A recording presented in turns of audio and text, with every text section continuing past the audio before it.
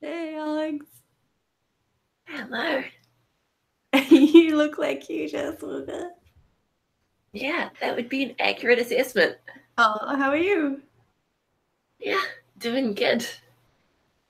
Nice. Except I've been struck down for my hubris. Cold. I flew too close to the sun. I strived Uh, for too much bodily perfection, and now I can't bend my hands. oh no. Is it in Nero the Madarian? No, going to the gym. Ah. I Got to wasn't sure if wear. that was like sarcastic or like I would how never be would sarcastic, Lauren. What would make you think that? Hello. Hello, Hi, hello everyone. Sophie. Hey, Hey, Alex. thank you all for joining me so early. Where you are? Is it like 7 a.m. in New Zealand? Oh, it's 7 a.m. in Australia, isn't it? Yeah, Yep. yeah. But it's And still later than our Monster House game, which I think was the last time we played. yeah, that was what was that 6? Yeah, yeah, that was I think that was 6 o'clock. 6 in the Yeah. morning. Nice. That's definitely what that was an amazing game. Thank you, very much. I like to freak people out early in the morning, see how that goes. Okay, so we're going to be playing Dungeon World this evening. Who here has played Dungeon World before? Yeah. And I played a lot of World of Dungeons and World of Adventure. Cool. Alex, I have played you? World of Adventure. Sorry, Alex, did you say you haven't played any Dungeon World before? I played World of Adventure, which is like, as far as I know, very similar. It's But very never similar, this yeah. version. Cool. Okay. If it's okay with you, I want to try something slightly odd this evening, which is I want to go for an unusual setting for Dungeon World, and the thing that I wanted to try was where you play as members of a religious order in 14th century England, where you're basically religious sisters who go out and do troubleshooting for the church. How does that sound to everyone? That If sounds amazing.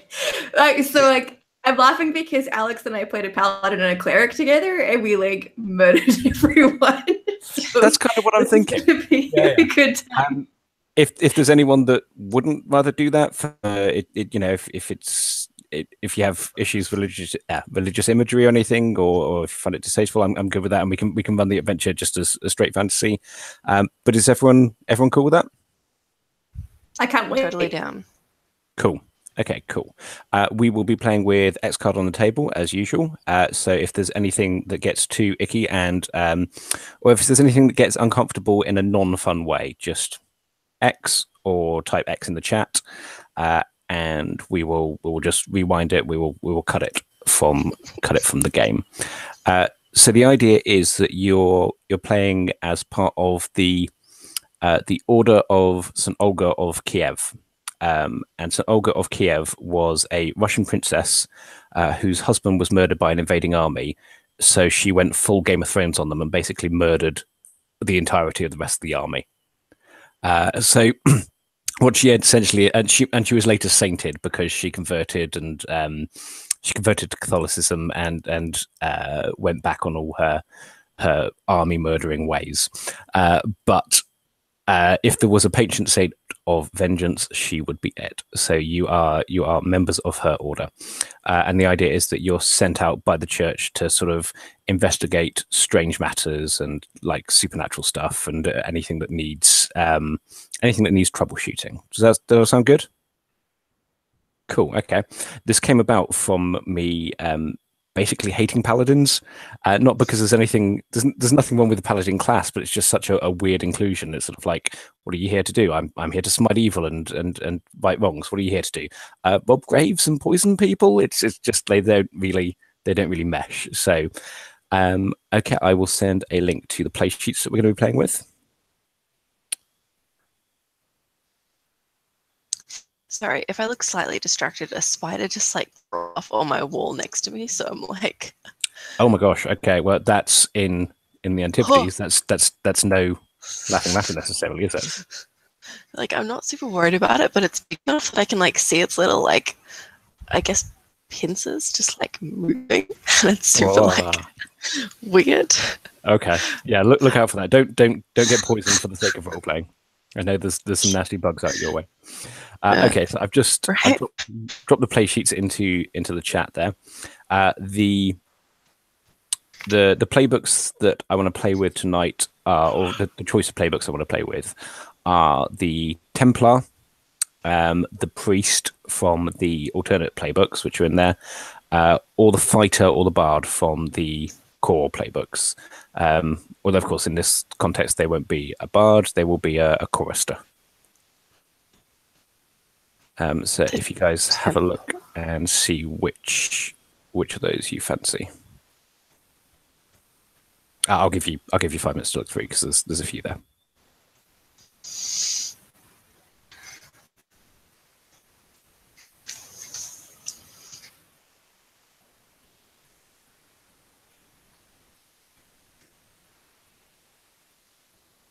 So it's the Priest and the Templar, which are the two that are on the alternative one. They're in the alternate ones, yeah, and or the Fighter or the Bard from the usual playbooks, from the basic playbooks.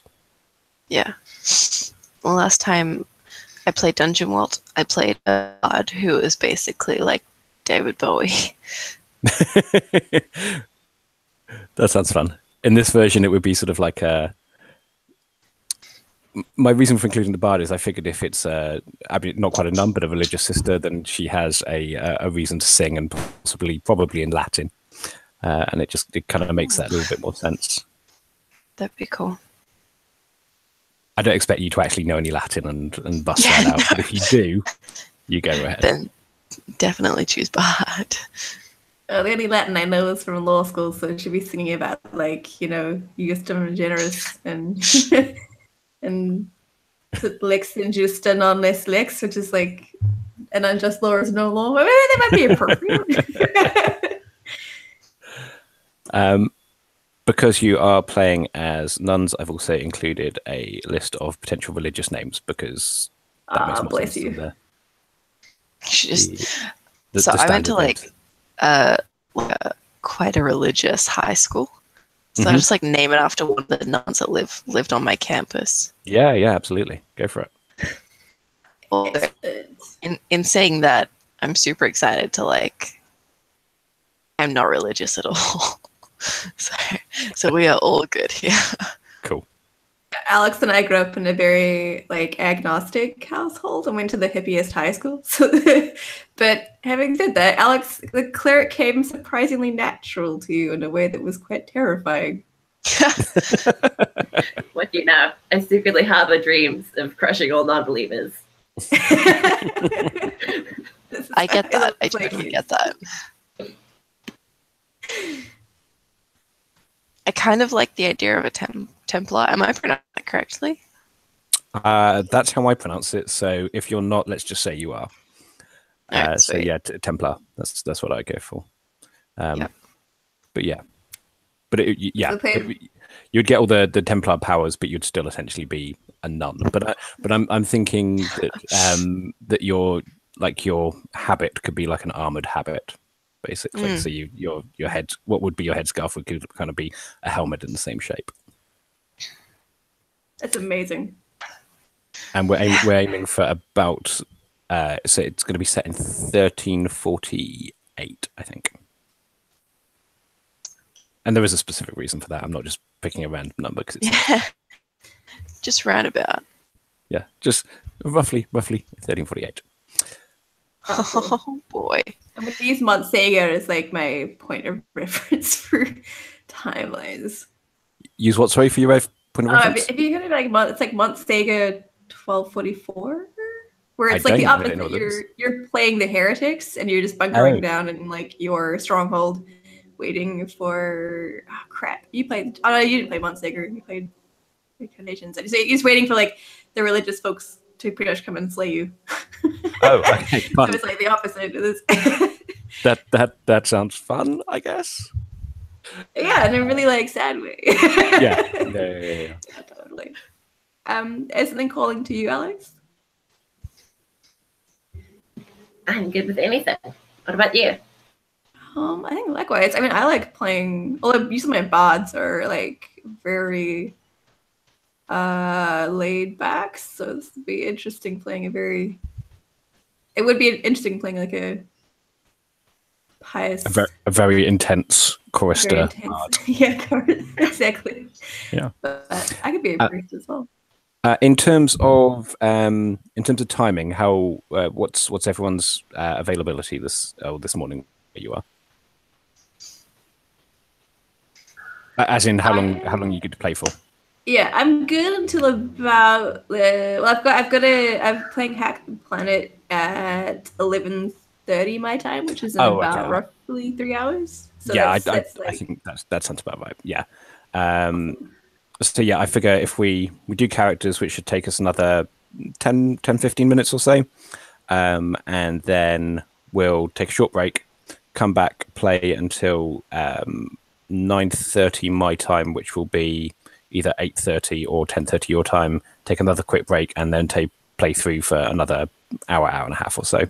So awesome. I'm not planning to go super long. Okay, so which sheets is everyone heading towards? Sophie, you said you were going for the Templar.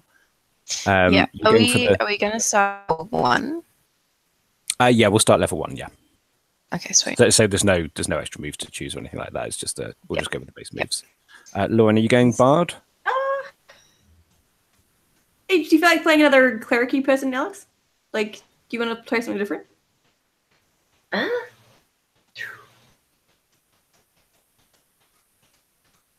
I'm down to play priest. Cool, I'll be the bard. Okay, cool. So hopefully everyone should have the spreadsheet, which you can edit. So stick your name and player name in there. Just claim one that you want. Your look, you can either choose from the play sheet options, or you can go something that you feel more appropriate to this kind of setup. Race is going to be human, so pick the human race move and pick whichever alignment you like off there. The strength, dex, con, etc. that you got there, if you just put in the base numbers, sort of I think it's hang on a sec, let me get the numbers.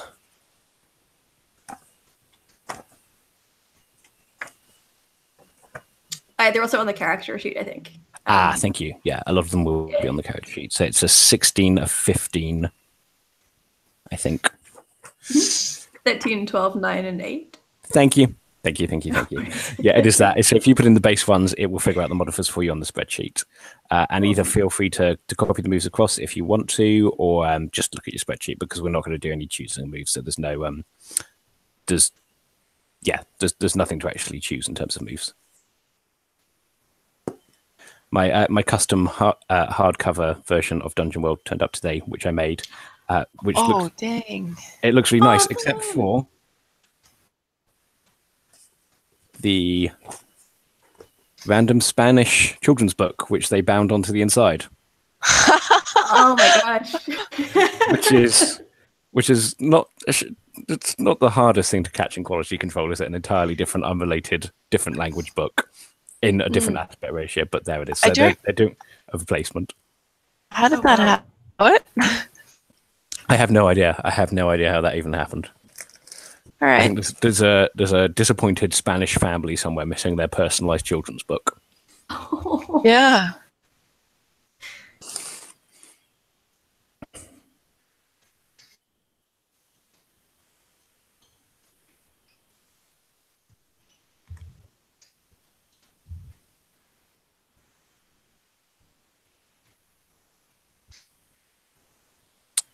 Okay, so your damage, hit points, and armor should all be on your spreadsheet. Sister Mary Macalop, nice.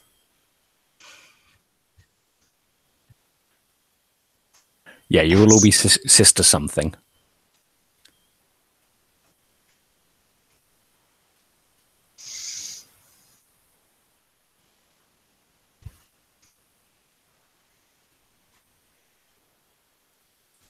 Oh, dang. As a human, I tend to ignore wounds I shouldn't.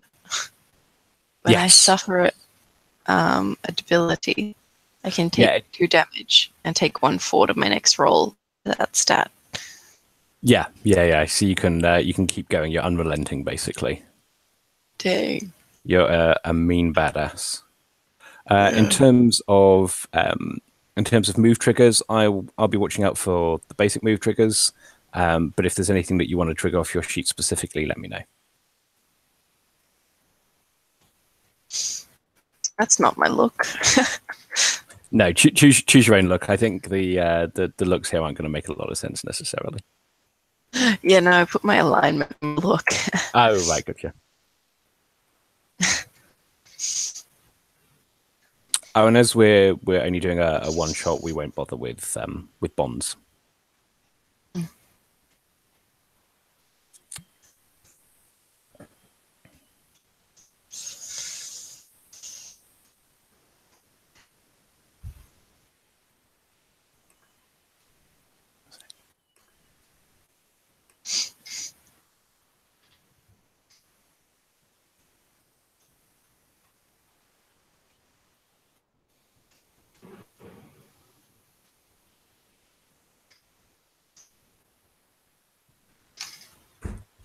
How's that spider doing, Sophie?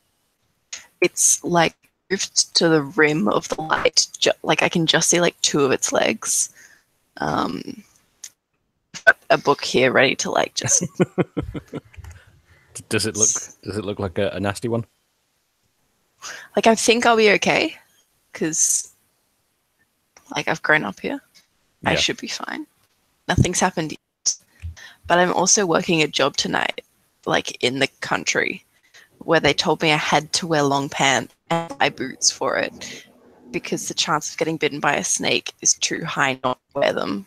Oh my gosh. So I may get bitten by a snake tonight, which is fine. Oh my gosh. Because that's dramatic. yeah, right. Hopefully, I'm working a first aid gig, so hopefully I get to like treat heaps of snake bites. That would be sweet. Oh, that would be cool. Just hope you don't get bitten yourself. Yeah. There's an English cartoon called Peppa Pig, and it gets shown in Australia. And twice they've had to pull it when they've showed the spiders aren't harmful episode. It's like, yeah, that doesn't really flow in Australia. That's not actually a thing. No, spiders super harmful. Oh, Octavia. That's a good name. Yeah. Well, as a nun, you like announce your name when you take up your holy name. So Yes, maybe that was yeah. my old name, because it's just. Yeah, I feel like anyone with the name Octavia who has become a nun, like, did something bad or a nun. Okay. I love how you've all gone lawful. That makes sense. I was bad to peer pressure. Yeah. I kind of imagine my character being one that like saw the people in her party as like so pure and holy, and anybody outside the party who like steps out of line, she's like punishment. So all of the chaotic good people got immediately sent off. Yeah. All heretics. They're not good enough. They're not good enough for the party.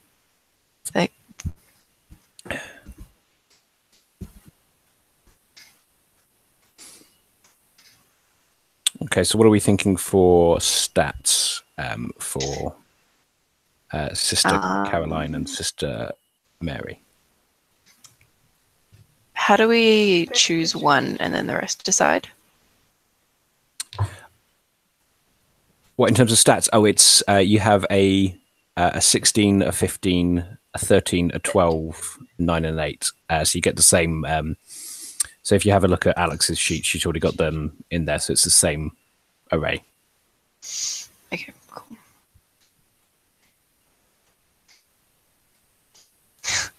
I have a move that's just called I am the war.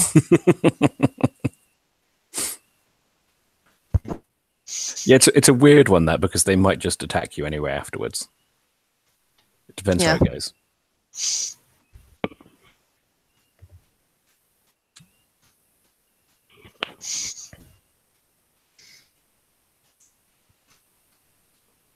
Okay.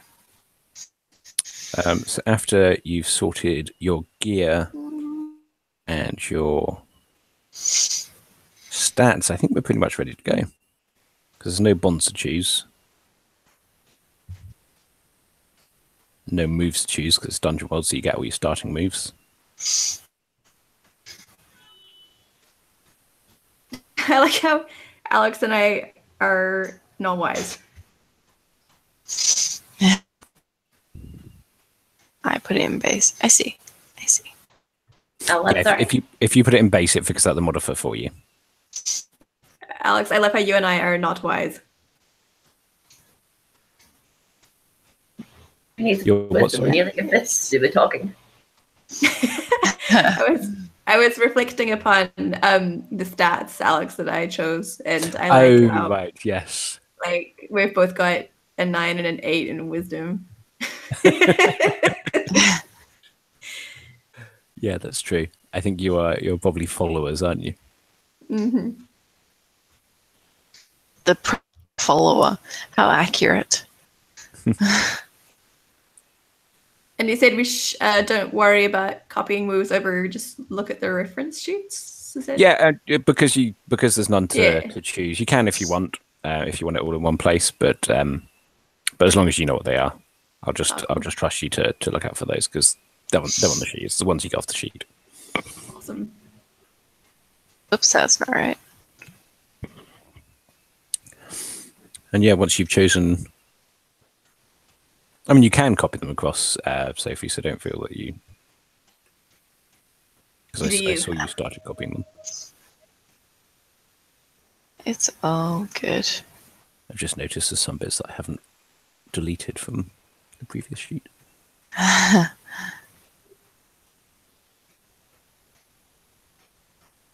I don't think I have gear. Oh, no, I do. I'm blind. I do. It's okay. Yeah.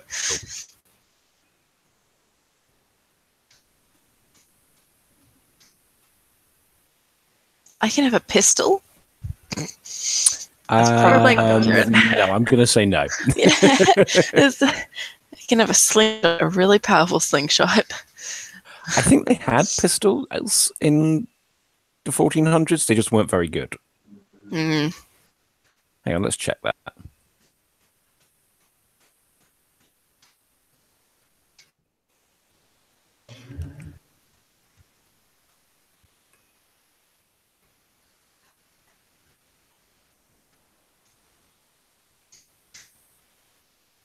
No, you can have a pistol if you want. Oh. Now I we're want playing to Dogs just- in the Vineyard. Yeah. I want my pistol to just be so bad. Like, I think it's I going to hope be, it- yeah. I hope it always fails. Like, Oh, no, hang on. it's purely just for show. 1364. And I know we shouldn't be caring too much about that when, I am going to be doing fantasy stuff, but let's say... There's no let's say something pistols. else. No pistols. That's okay. If there was if it was just starting as well in the 1300s, a nun who's, I probably wouldn't have one. Well, it's the fantasy 1300s, so there's it's an order of supernatural ghost-busting nuns, so it's not super straight down the line, but no, let's not do pistols. Did you want to have something to replace that? I think about it. You could have a crossbow, maybe. Oh yeah, crossbow's kind of a cool idea. Yeah, I kind of like the idea of you having a crossbow strapped across your back. That works nicely. Yeah, I have Templar armor, and I just imagine I look super bulky, almost like Kylo Ren, but I'm not like fit underneath. It's just the armor plus the nun's robes. Nice. So you've got the robes going over that. That's nice. And I like that maybe it's kind of like inherited armor as well. So that's maybe why it's so bulky in comparison to you, because it wasn't necessarily built for you. It's got passed down. It's kind of it's holy armor. I'm not quite special enough to get my own, but also this is a tradition that I got this armor, so It's a good Cool. and a bad thing. Okie dokie. Alex, for your for the god, because you have options to choose for your god. If we say that that is your patron saint instead Yeah, of a, sounds instead good. of a god. And I figure maybe you like carry around a reliquary with you. So you've got like a little maybe like shard of your patron saint's bone, and that's how you commune with it. Does that sound cool? Yeah, sounds great. Cool. The patron saint of murder, death, kill. Yes, that's exactly what it is, Lauren. Right. I think has everyone chosen their gear and stuff?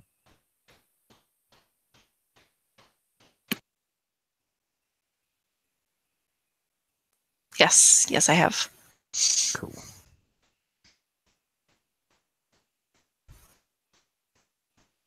Sister Amelia has spiked fists. That's awesome.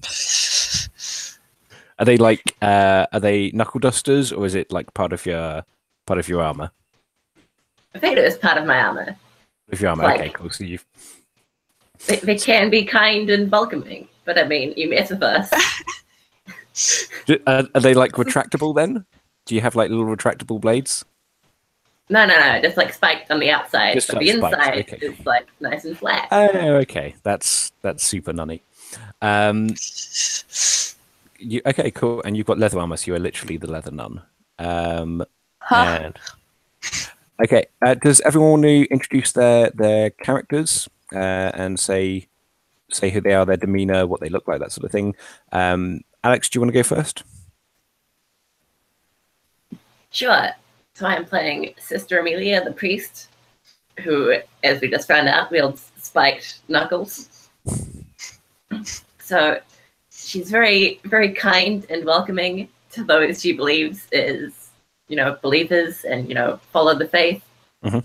And to, heretics and those who would do harm to us, there is nothing but death and destruction.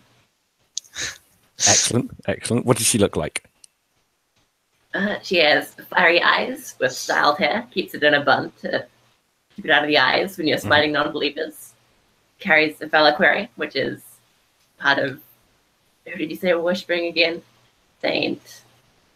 I think Lauren said the patron saint of murder, death, kill. But if we say it's a little shard of the femur of Saint Olga, Saint Nice. Olga of Kiev, who basically is the patron saint of murder, death, kill.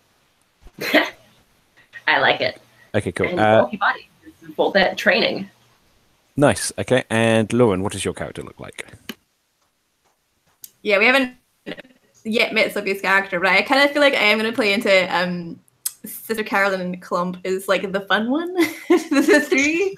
Okay, cool. So like she's the one who wakes up like 10 minutes before service and like will have messy hair if she can, but wrangles it into like looking maintained if people ask. And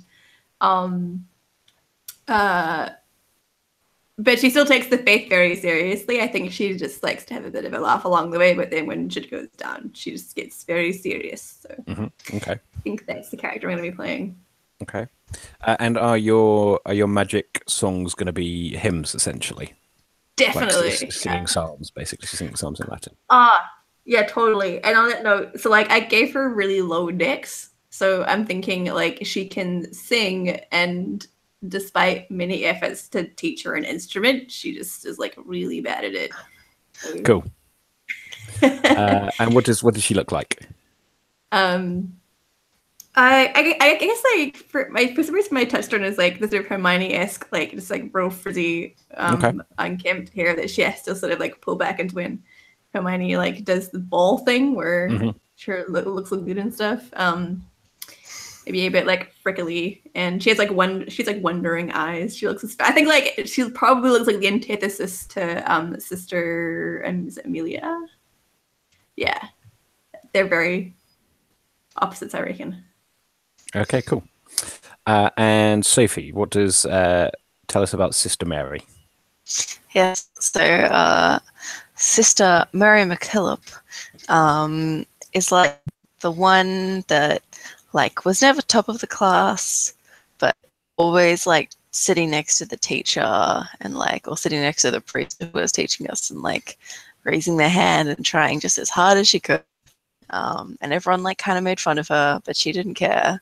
And like the people who were like super religious, she was like, she sat next to them and then she was friendly and then she just like turn around and give like mad side eye to like the people who were like goofing off and stuff. And I feel like as she like slowly grew up and like joined wherever she joined, I was going to say the Covent, but she's not a witch, so it wasn't a Covent.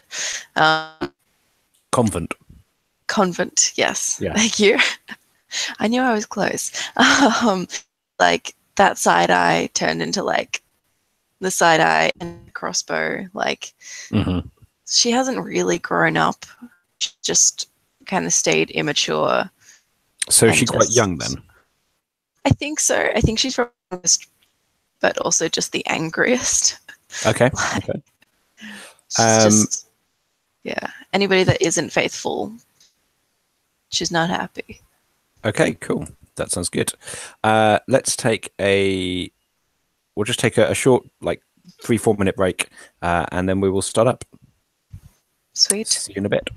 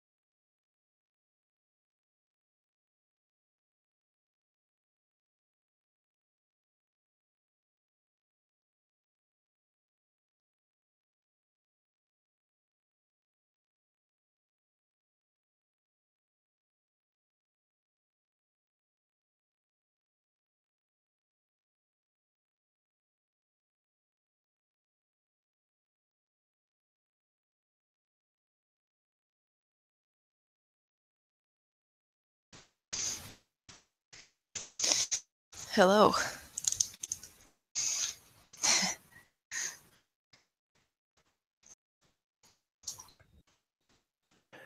So how far are you having to travel for your work this evening? So far. It's like an hour and a half out of the city. Oh god, okay, that is far. Yeah. It's like a job that I got with a company. And basically the first 40 hours I work with them are like intern hours. So I'm like Okay. training. Right, okay. How long have you been training for? Today is actually my first shift. Oh wow, okay. So it should be good. Yeah, well let's hope so. And that's an intense first shift to be getting warnings about snake bites. But is that what are you going there specifically to treat snake bites, or are you just there just kind of in case? Yeah, it's just all kind of first aid stuff. I think the most popular thing we'll be doing is popping blisters. So Yeah. pretty much. Yeah, but it should. I'm excited. The course that I'm doing is in line with it, so it makes sense. Cool. My wife always makes fun of me because I can watch the grossest horror movies possible, but as soon as there's anything like genuinely medical on screen, I'm like, no, not actual human being. Yeah, not something I might be able to feel. Yes. Have we lost Alex? Oh no. I think we did. My money since I'm guessing that she's probably just resetting the internet. Okay, cool. That should be fine. Yeah, I was almost meant to have a shift tonight as well. Until A shift when, sorry? tonight or last okay. night. Mhm. But it was 9 hours in 2 shifts, and I wasn't allowed to. But I each think shift gone That's for probably like sensible. 8 hours. Oh god, okay. Oh Yeah. But now I can play games, so That's good. We like games. silver lining.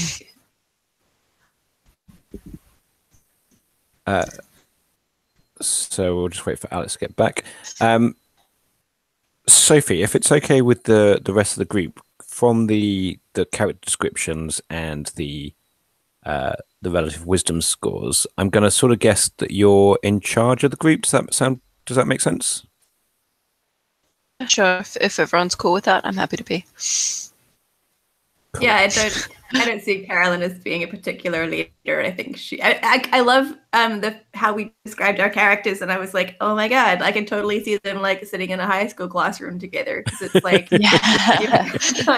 you've got Carolyn who's kind of in the back, like, I whatever teach, but then like I guess takes class somewhat seriously, and then you have like poor everyone's name's right, poor sister Mary, who's like trying so hard, like, you know, and learn from the teacher and stuff, but it's like can't quite get it. But you're still like the smartest one of our party. Yeah. But I feel like the reason why like I respect Sister Caroline is like you're somehow, even though you're like a bit of a goof, you're like when you connected to our religion, and it's like confusing, but also like something that I can't not respect, even if it's frustrating. Yeah, I fully pictured Carolyn as like that really annoying kid who doesn't study all year and then gets ducks like at the end of all their exams. I hated it's starting to spin a web on my light. Oh no. Don't look at me like that. I'll also just click Alex's message to see if she's... Yeah, because I guess you'll have a phone number or something. It just like every now and again stops, looks at me, and just goes like, oh, it's cleaning its leg. Oh, that's so cool. Alex is back.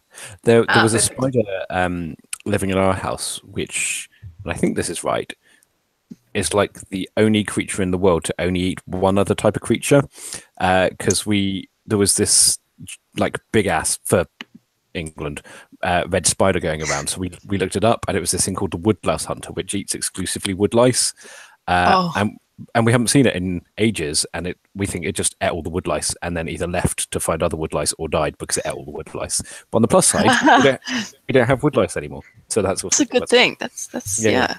Spiders can be great, and like I'm happy to have them in my room, just when it's so close to my head. Yeah, no, that's a bit creepy. Yeah. Okay, welcome back, Alex. Everyone ready to go? Cool.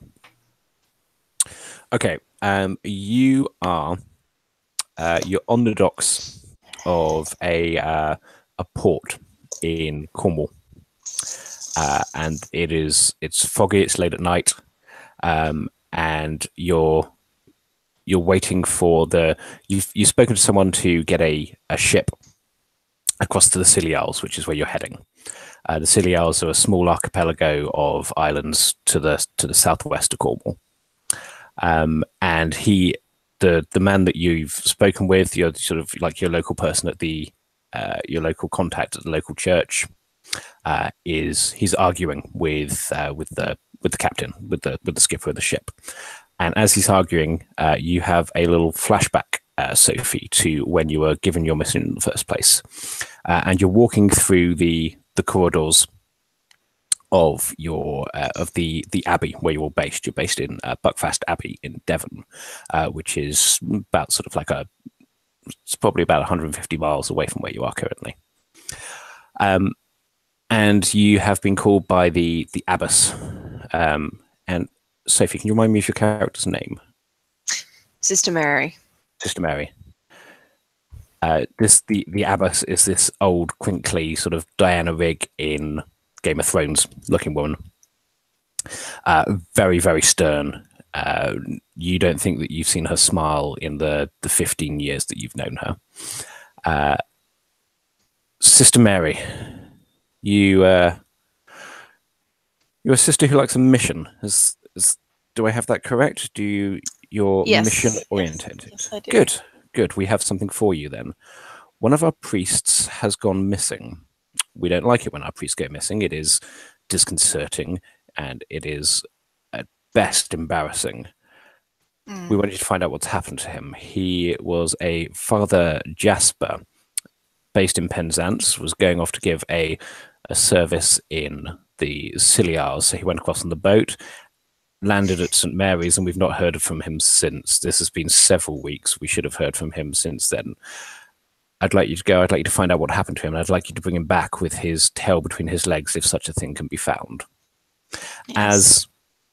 As she's doing this, a guy, one of the monks that's at the same abbey as you, walks past. Another very animated looking guy who's talking excitedly, and sort of he looks kind of scared as he's talking. He's talking in Italian. Do you talk Italian? I think I speak Latin, so I understand a little bit of it, but Okay. not a lot. Actually, Okay. no. Yeah, smart. Oh no, I'm not. No, I don't speak Italian. Okay. No, I don't speak Italian. I was like, Okay. I put 16 in intelligence. No. Excuse me. Do you wanna make a spout law and see if you can make out any of it? Yep, definitely. So that is roll plus intelligence. Roll plus minus 1. Okay, I got an 8, so we're fine. You got an 8. Okay, cool. You can make out a couple of different words of it. There's you can make out what you think is the word for illness or pestilence, and the word for Vatican. Well, I say the word for Vatican, that would just be Vatican, wouldn't it? Yeah. So yes. You can tell that he's talking about the Vatican, and you can talk Yeah. about a pestilence. feel or like- illness. I feel like I'm the kind of smart that like he says Vatican and I don't immediately like realize he says Vatican. I'm like, I wonder what that means in English. And then it's like, oh, child. And the abbess sees you looking over that way. I'm sorry, are you distracted? No. Don't worry about that. There's some great pestilence apparently in mainland Europe, and it's making its way to Italy. But there's nothing for you to worry about there. So find the priest. Find what's happened to him. bring him back. And if he And- refuses to come back, If he refuses to come back, I imagine that you will excommunicate him with extreme prejudice. I just had to make sure we were on the same page. The only page is from Genesis to Revelations. Sister Mary, do what you must. Yeah. Yes, sister. And you are, all three of you are back at the docks in Penzance. And this argument is still going on between the local, I suppose it'd be a local layperson, and the captain. Sister Caroline, what are you doing whilst they're arguing? I think Sister Caroline has her head cocked to the side and is kind of just observing. I feel like she's kind of like, just to people watch where possible, since, yeah. Okay. People are watching. And she might try to listen to in on what the argument's about as well, perhaps. Okay, cool. Make me a discern realities then. Neat.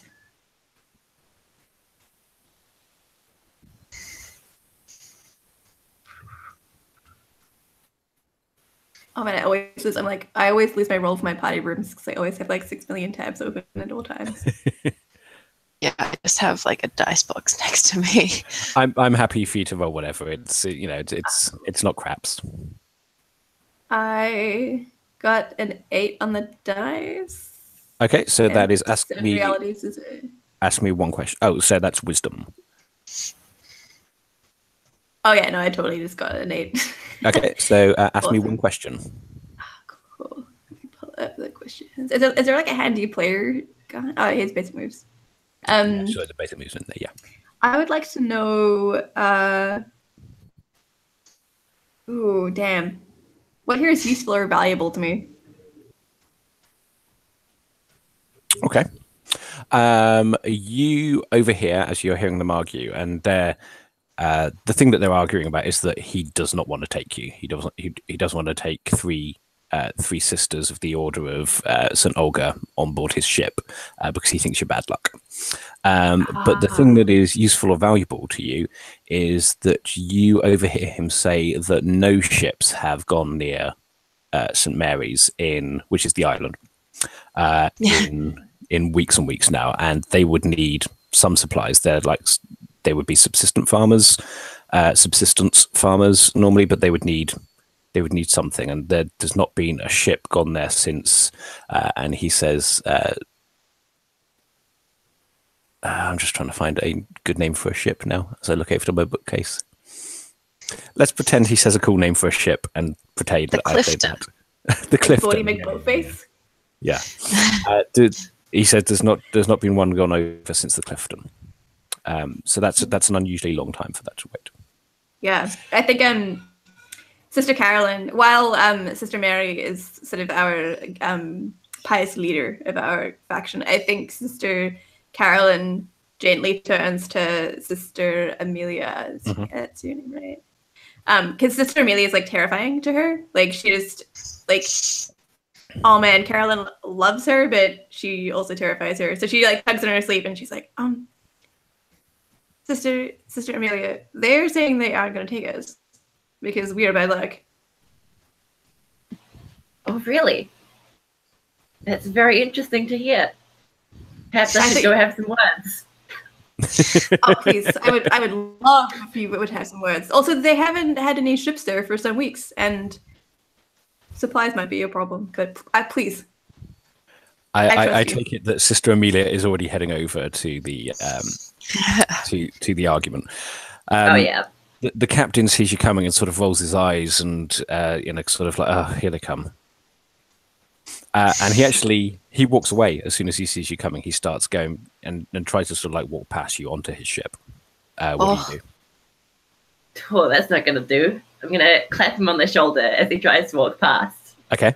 And say, is there some kind of problem here, Captain? And he says, you mustn't take it personal. It's just, there's nothing wrong with crows, but when you see a bunch of them flocking overhead, it means something's been killed recent. And that's bad luck. And you're bad luck. And I don't want you on my ship. But apparently, Oh, sorry, carry on. If you aren't going to take us over, then these crows are just going to have to stay around here. That would be even worse luck for you, I imagine. And he grumbles under his breath and says, apparently I don't have much choice in the matter. On you get. Oh, dang. Nice. Nicely done. Okay, so you're on the boat a little while later. And the crossing over is rough. It is choppy water over that way. And you're going at night because you wanted to leave as soon as you could, because this is a mission of utmost importance, you've been told. So it's still night. Well, kind of like if you left there about sort of 8, it's probably like a 2-3 hour journey. So it's probably about 11 o'clock at night. What are you all doing? Where are you on the ship as this is happening?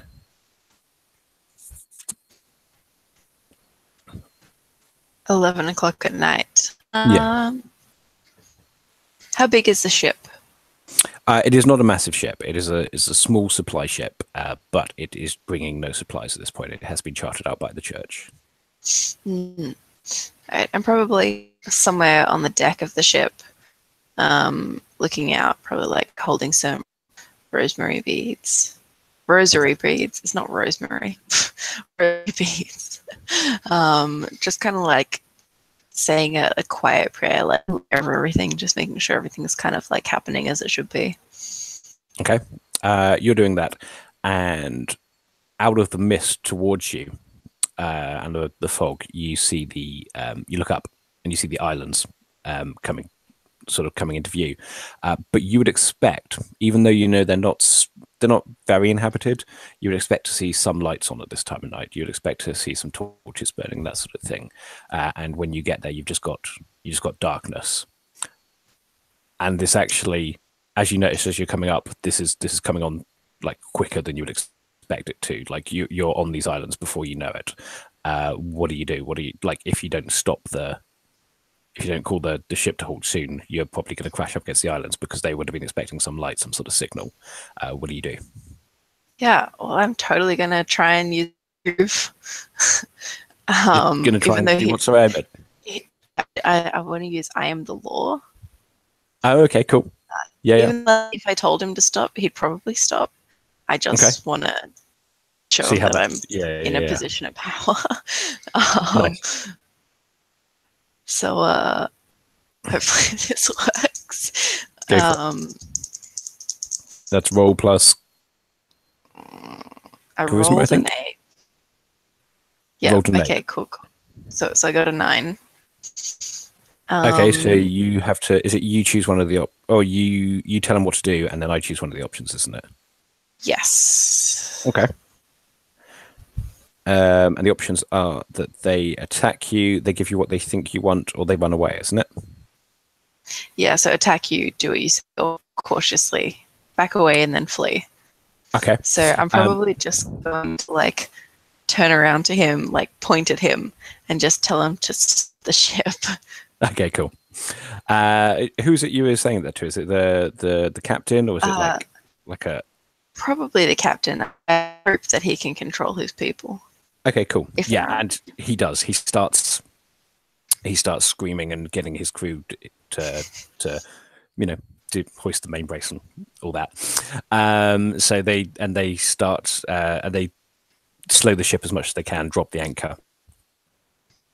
And then he calls all 3 of you to deck. So where are Caroline and Amelia?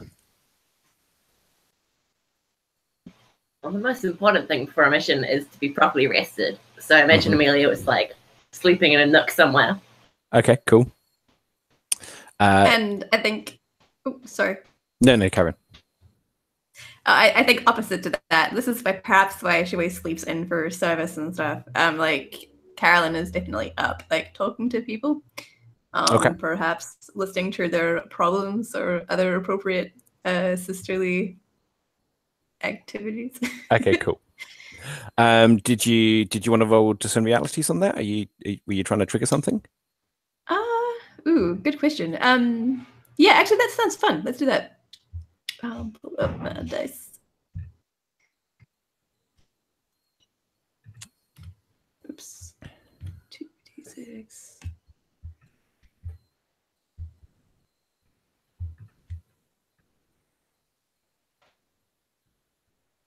I got an 8. Okay, so you can ask one question. Yeah, I would like to know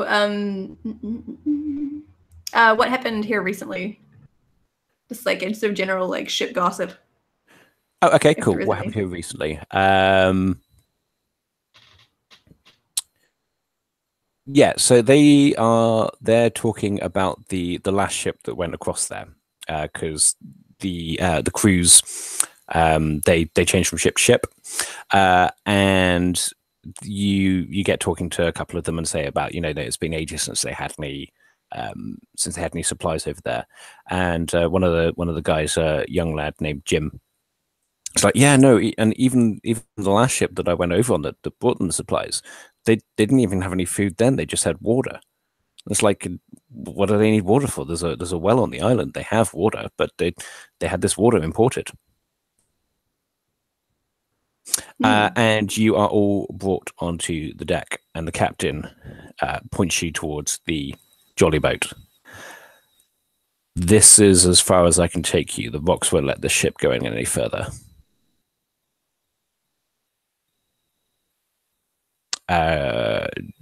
Sophie, what does Mary do? We appreciate you taking us this far. Anyway, we are not accustomed to traveling a harsh path to get what we need, so we'll be fine from here. I'm glad to hear it. We'll be here to pick you up tomorrow, roughly the same time. Sound good? We'll see you then. Excellent. And I'm guessing, do you all get into the jolly boat? Cool.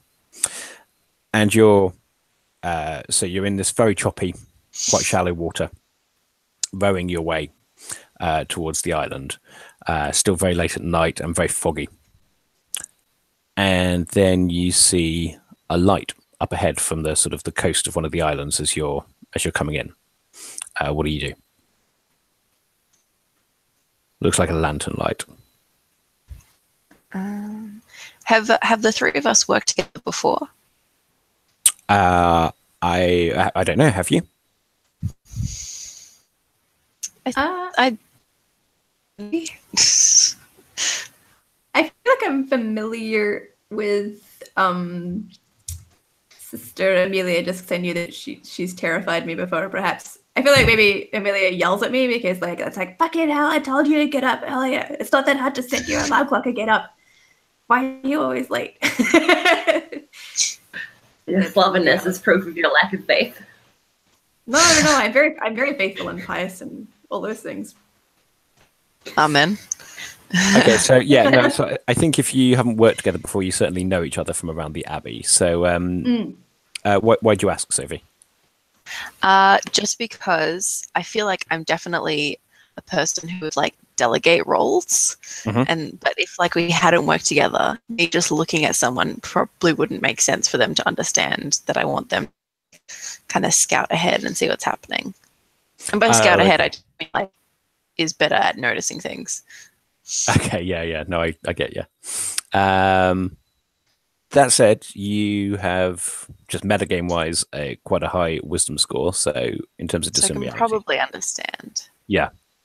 Did you want to roll a discern realities as you look out towards the coast? Yeah, well, it would be me that's best at it. Okay, yeah. Cool. I like look at these two, wanting to like tell one of them to do things so I can like assert my power because that's kind of what I'm about. And then I'd be best friend, just kind of like sigh and look out. Yeah, they both turn around and you're like, what? Yeah, what do you want from us? Yeah. Oh boy. Is this wisdom? Yes. 7, 8. Oh, I'm rolling really well. I rolled a 7, 8. Okay, cool. So that's one question.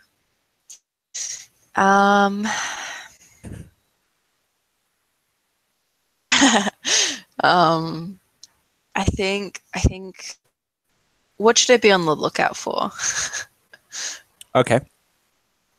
So as you're rowing your way in, you see this light up ahead, and you assume that maybe it's someone trying to guide you in.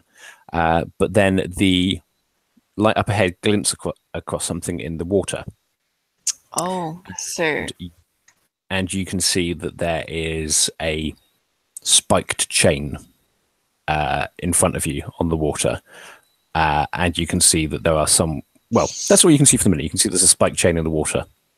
What do you do? yeah. This is when I'm just going to look over at the other two sisters, potentially Amelia in particular, and just like look directly at the chain, look back at you guys, and then like look directly at the chain and look at you guys Okay. in hope Yeah, to assemble to start like getting you on how I communicate.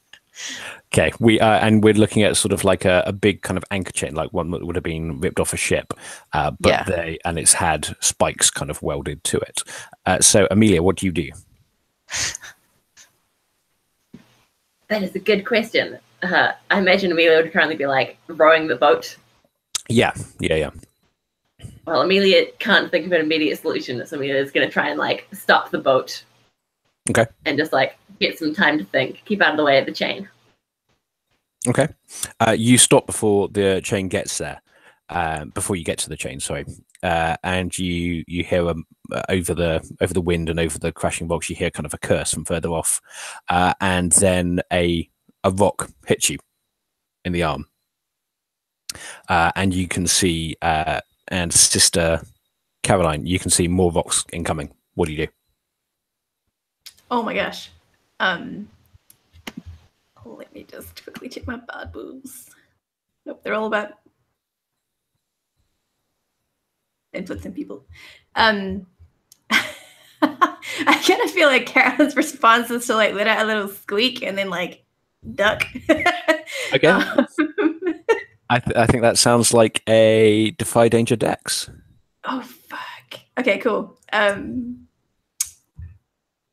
Let's roll me some dexterity.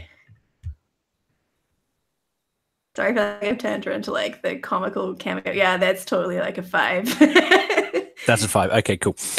These rocks are incoming, and one hits Sister Caroline straight in the temple, and she collapses.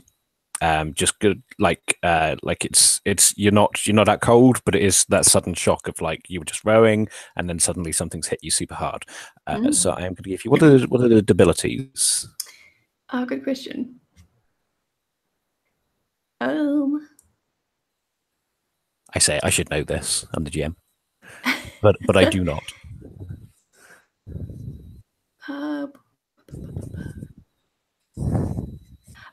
Weak, shaky, sick, stunned, confused, scarred. Okay, you are stunned. Cool. Oh yeah, we've been dumber than before. That's -1 in int, isn't it? Yes. Yeah. Okay. Yeah, you're stunned. I'm sorry. I'm gonna try not to this into like a comical farce. No. That's fine. Yeah. Yeah. Well, if you think about it, I mean, role playing is always just that. It's that you have that disconnect. So it's kind of fun. But if you think about it literally, you're in the dark and you've just been hit by a rock. It would be a scary situation for the characters. Sister Amelia, what are you doing? When All right, Sister what Caroline happened? I cannot for a second. This rock? Yeah. Sister Caroline has been struck in the temple by a rock and has been knocked insensible. Oh goodness. I've struck out of ideas, so I'm going to call on Saint Olga to Okay, cool. show us the danger. Okay, what do you do? How do you do that? So that's that's your priest move, isn't it? Yeah, I think. Oh, I'm gonna which is like a trickle of blood coming from Caroline, and I'm gonna soak the bone in that. Oh, that's cool. The damage done to my allies. That's really cool. Okay, so what do you roll on that?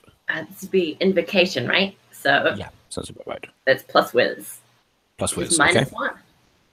Okay. I made some really good set choices. That is an 8. That's an 8. Okay, what do you get on an 8 with that move? I get a blessing and a requirement. Okay. And what can the blessings be? Manipulate the realm my deity controls, command something the deity represents, bolster worshippers, or rebuke enemies. Do you think I'll go for rebuke enemies here? Okay. And what does that look like when you rebuke enemies? How would that? Okay, no, I've got an idea. And unless you had something that you wanna go with. Go for it. Okay, cool. Suddenly there is. Previously, there was just the light of the little lantern up ahead, which you now know was trying to get you to come into this trap. And then suddenly there's this big glowing light behind you, and walking, glowing on the water towards the shore, just briefly, is the translucent figure of St. Olga of Kiev. And she walks towards the shore. She doesn't look at you, but she's looking straight at the people that are throwing the rocks at you. And as she gets to the shore, they start screaming and scatter. And you can see it's children. It's sort of like kids from sort of like 8 to about maybe 12, 13. And there's a few of them, but they scatter and they're terrified as St. Olga walks away onto the shore. And then as she gets there, she shimmers and disappears. What do you do? Well, what does Sister Mary do? Yeah, well, that was cool. Is there a way to get around that chain? I don't know. Roll Discern Realities if you're looking for a way. I will look for a way. I will look for a way. I rolled another 9. What the heck? So I guess that's okay. It's a 10. Oh, it's a 10. Okay, so you get 3 questions. Sweet. Yeah. Okay. So I guess what here is useful or valuable to me, a way around it. Who is really in control here? Mm-hmm. And maybe like what on the island is not what it appears to be. Why are they trying to keep us away? Okay, yeah, sure. Okay. So what's useful or valuable to you is that this chain, as I said earlier, it's a ship's chain. And it looks like it's been ripped off of a working ship, so it's very rusty. And there's a part of it that you reckon you could destroy fairly easily with your... Have you got a sword or something like that in your gear? I do. Okay, cool. Yeah, you reckon you could destroy the... or, like hack a bit of the chain across and then split it and then make your way to the shore. What here is not what it appears to be.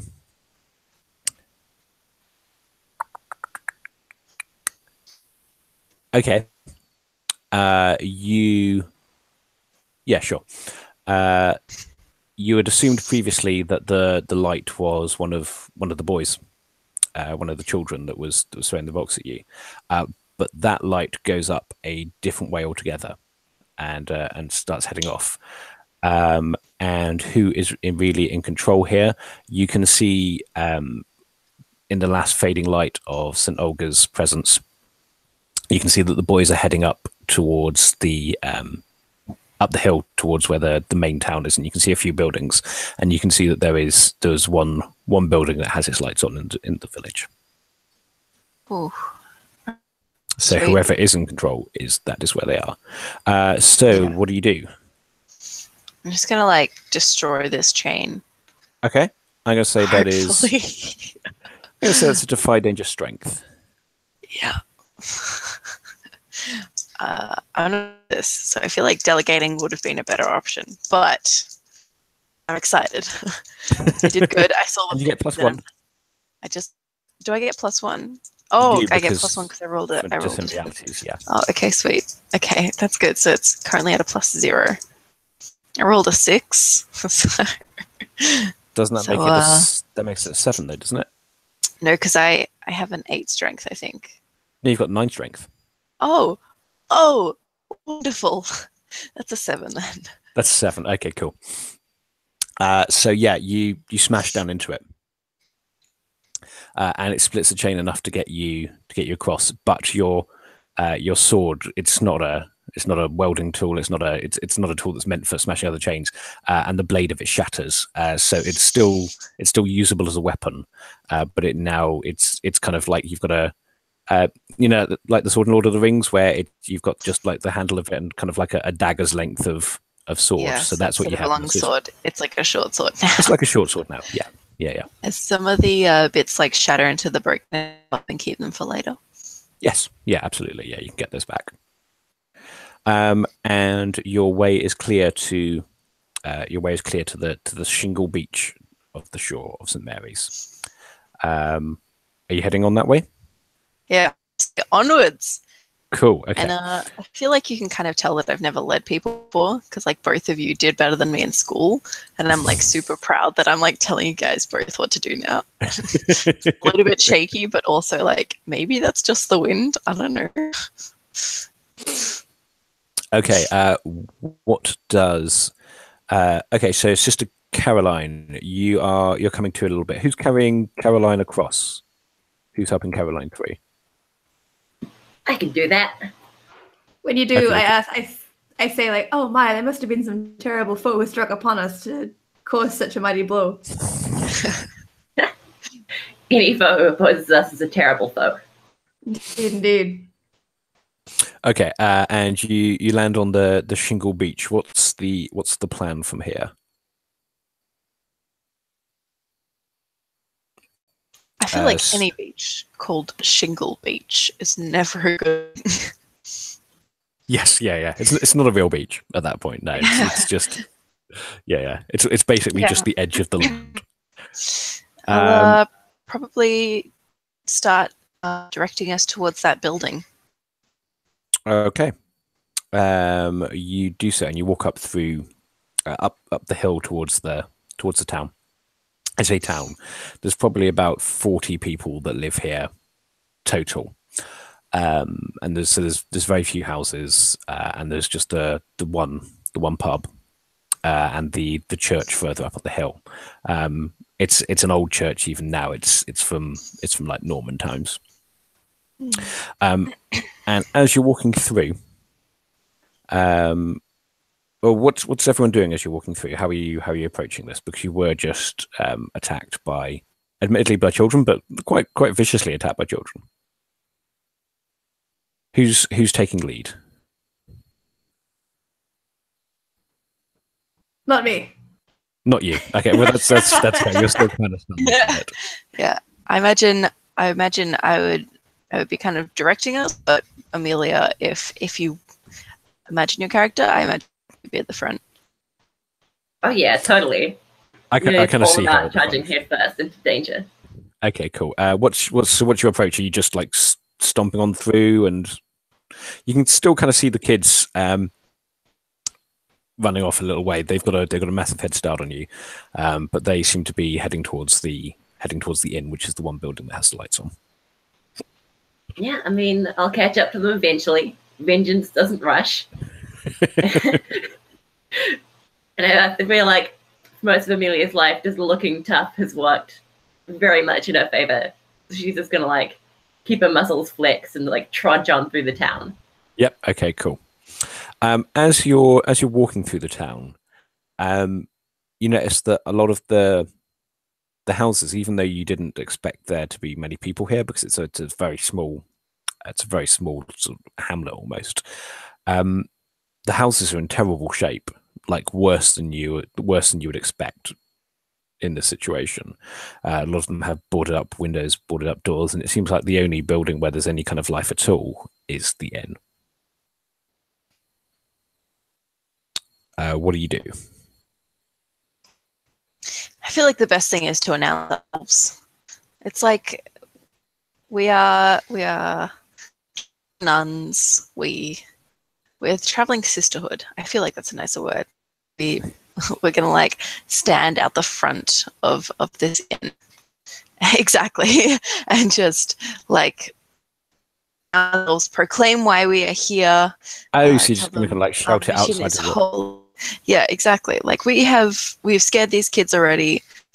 Hopefully that is enough to maybe I will move. But I don't know who that sounds like I Am the Law. Yeah. Yeah. So what would you be commanding them to do, though? Come out, give us information, comply with us, understand that our religion is the one religion, you know, Okay. I mean, holy stuff. The people here should technically be Christian as well. They should be Catholic as well. Yeah, so we should be fine. Yeah. And I imagine like in that day it was the church that ruled more than like the country. So like, yeah. Well, especially in our fantasy 1300s. Yeah. Exactly. So we are the law. Yeah. I'm thinking of it a little bit like Northern Lights, like that sort of influence over stuff. Yeah. All right, I got a 9. You got Because a 9. holy Okay. cow, my rolling is. Okay. The indoor opens, so they have the option of running away, doing what you say, or attacking, don't they? Okay. Yeah. Okay. The indoor opens, and one big guy comes out, carrying a torch. He doesn't come out very far, actually.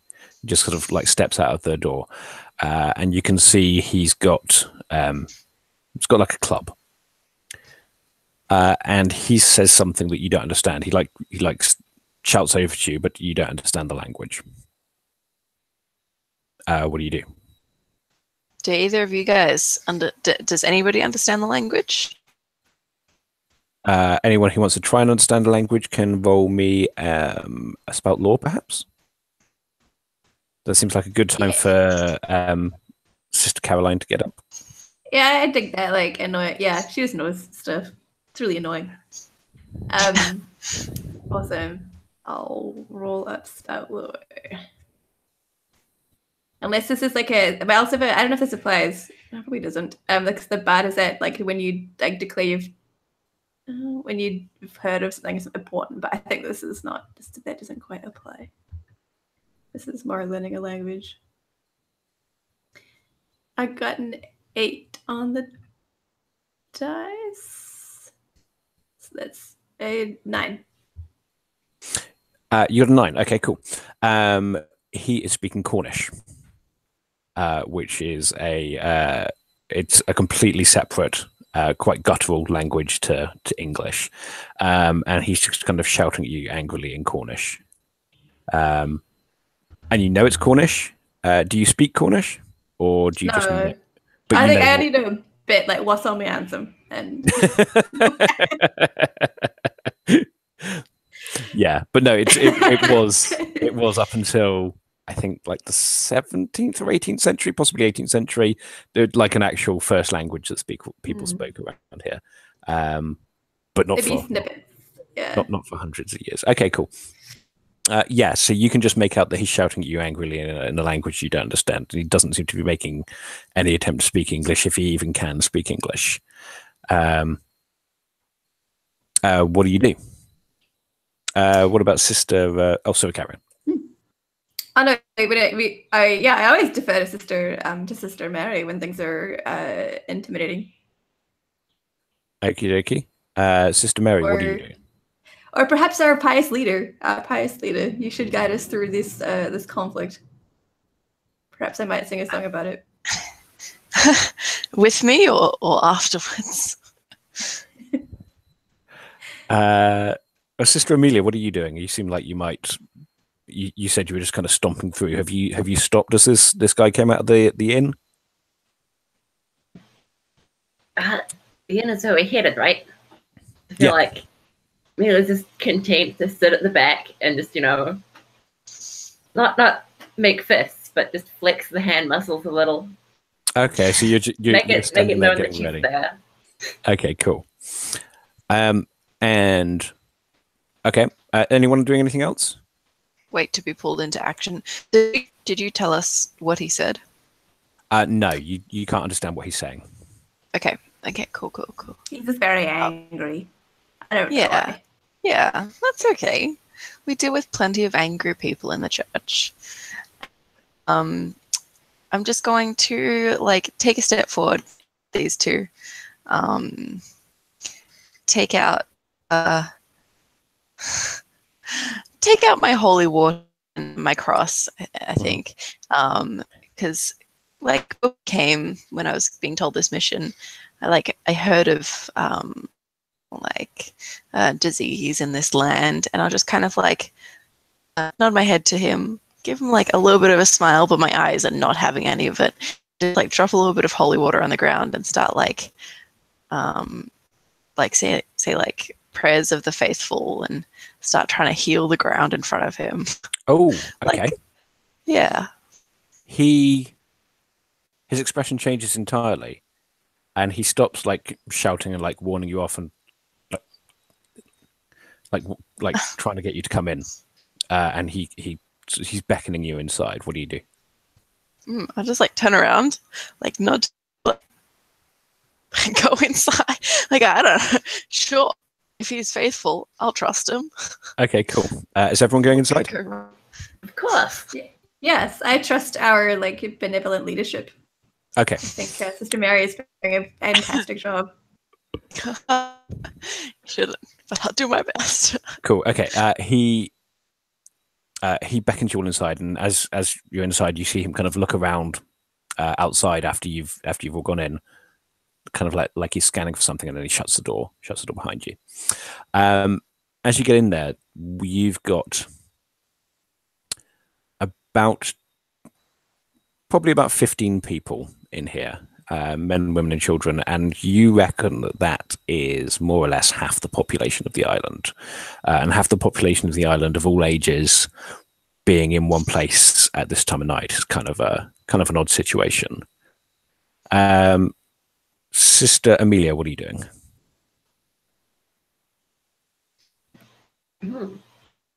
Well, I mean, there's so many people. I might scan out for the person we're looking for. Father, what's his face? Oh yeah, Father Jasper. Yeah, no, that's a good idea. Okay, that sounds. So you're like scanning the crowd. So make me a discern realities.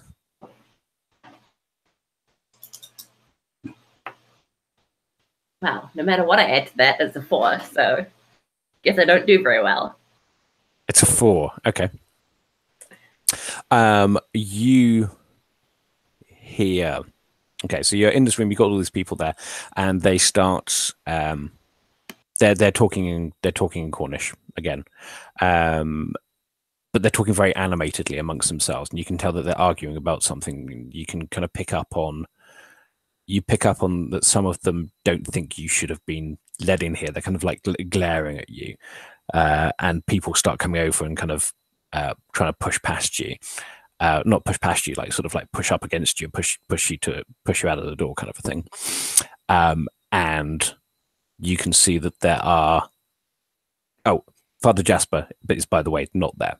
But you can see one of the women in the back of the inn is looking furtively towards a room behind the bar, and she starts heading there as these other guys are sort of like.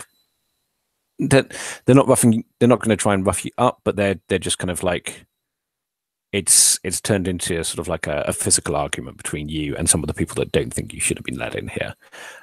What do you do? Well, I'm great at physical arguments, and people who run always have something to hide. So I might like try and push, like, what's the term? Anyway, push my way through the crowd towards. Okay. This mysterious lady. Okay, cool. That sounds like a defy danger con, I'm going to say.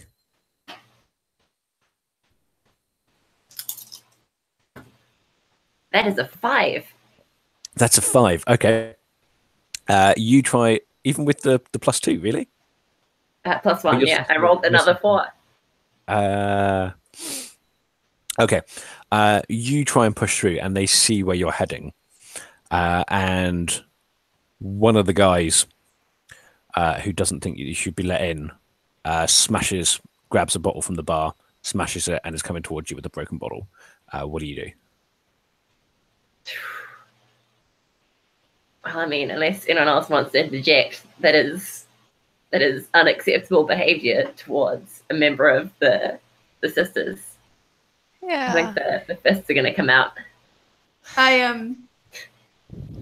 I I kind of enjoy like Sister Carolyn perhaps like stepping in between them and then trying to make him like fall to his knees and cry because like her song is so beautiful, even though he's a non-believer. That's cool. That's nice. Said it's about to get violent, and then there's just this kind of like beautiful Latin singing coming out of nowhere. Yeah. Very like angelic and melodic and haunting and sad. But nice. Make that move. So I'm guessing that's. Yeah, and this might be. Is this magical music when you sing or play a song? Describe it and roll charisma. I would say so. Awesome. Let me roll snake eyes. That's usually how this goes. I rolled I got a 3 on the dice plus my charisma, which is a 2, so that's a 5. Okay. You step in the way, and he's coming forward, and he was ready to stab Sister Mary, so he stabs you instead as you step in the way and start basically trying to get in his way, and you are going to take a D6 damage as this broken bottle goes into your shoulder. I'm just taking all the hits. This is amazing. I was like, please go, don't fight, and I've been hit by rocks and stabbed. You're the only one without armor as well, aren't you? I think I for once in my life thought ahead and took leather armor. Okay, good. I think perhaps that the guidance of Sister Amelia was like, no, don't wear the frilly frock. Cool. 6, so D6, right? Yeah. Awesome. How much did you take? Second. I'll just give it some different colored dice. So I have 1 damage dice and 1. I got a 1. Okay, cool. So it just kind of glances off you because he wasn't aiming for you in the first place. And he does sort of like pull up slightly at the last minute because he wasn't expecting you to be there. Sister Mary, how do you react to that? Yeah, well, I was gonna like use this to sneak away, but that's not okay.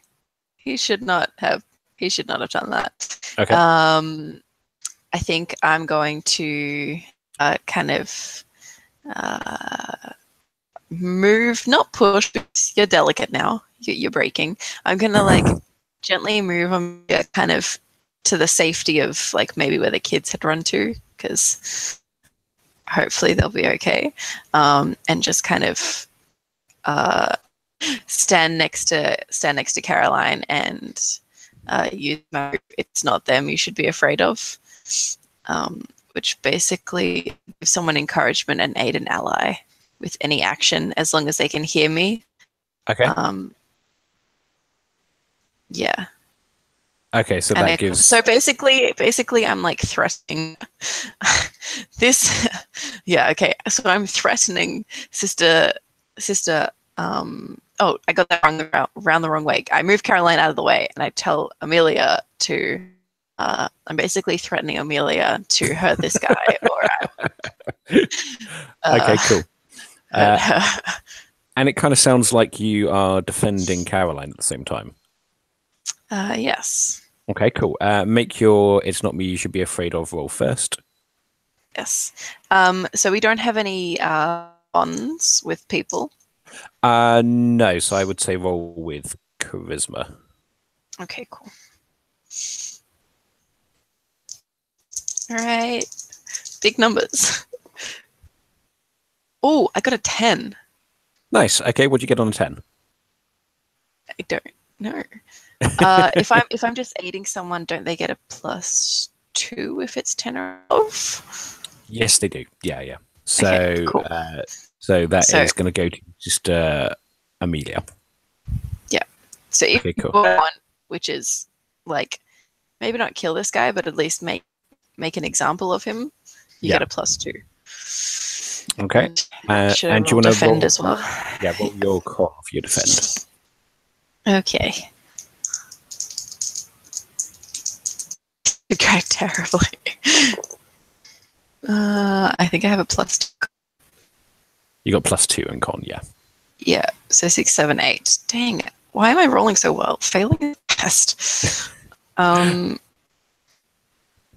So I'm going to open up the attacker to an ally and give that ally a +1. So you have a +3 from me. Okay, nice. Okay, so Sister Amelia, if you want to roll, well, what are you doing? Well, I mean, it's only one solution at this point, right? I think so. This sounds like a hack and slash you're going for then, yeah? Yeah. Okay, cool. Roll a hack and slash +3.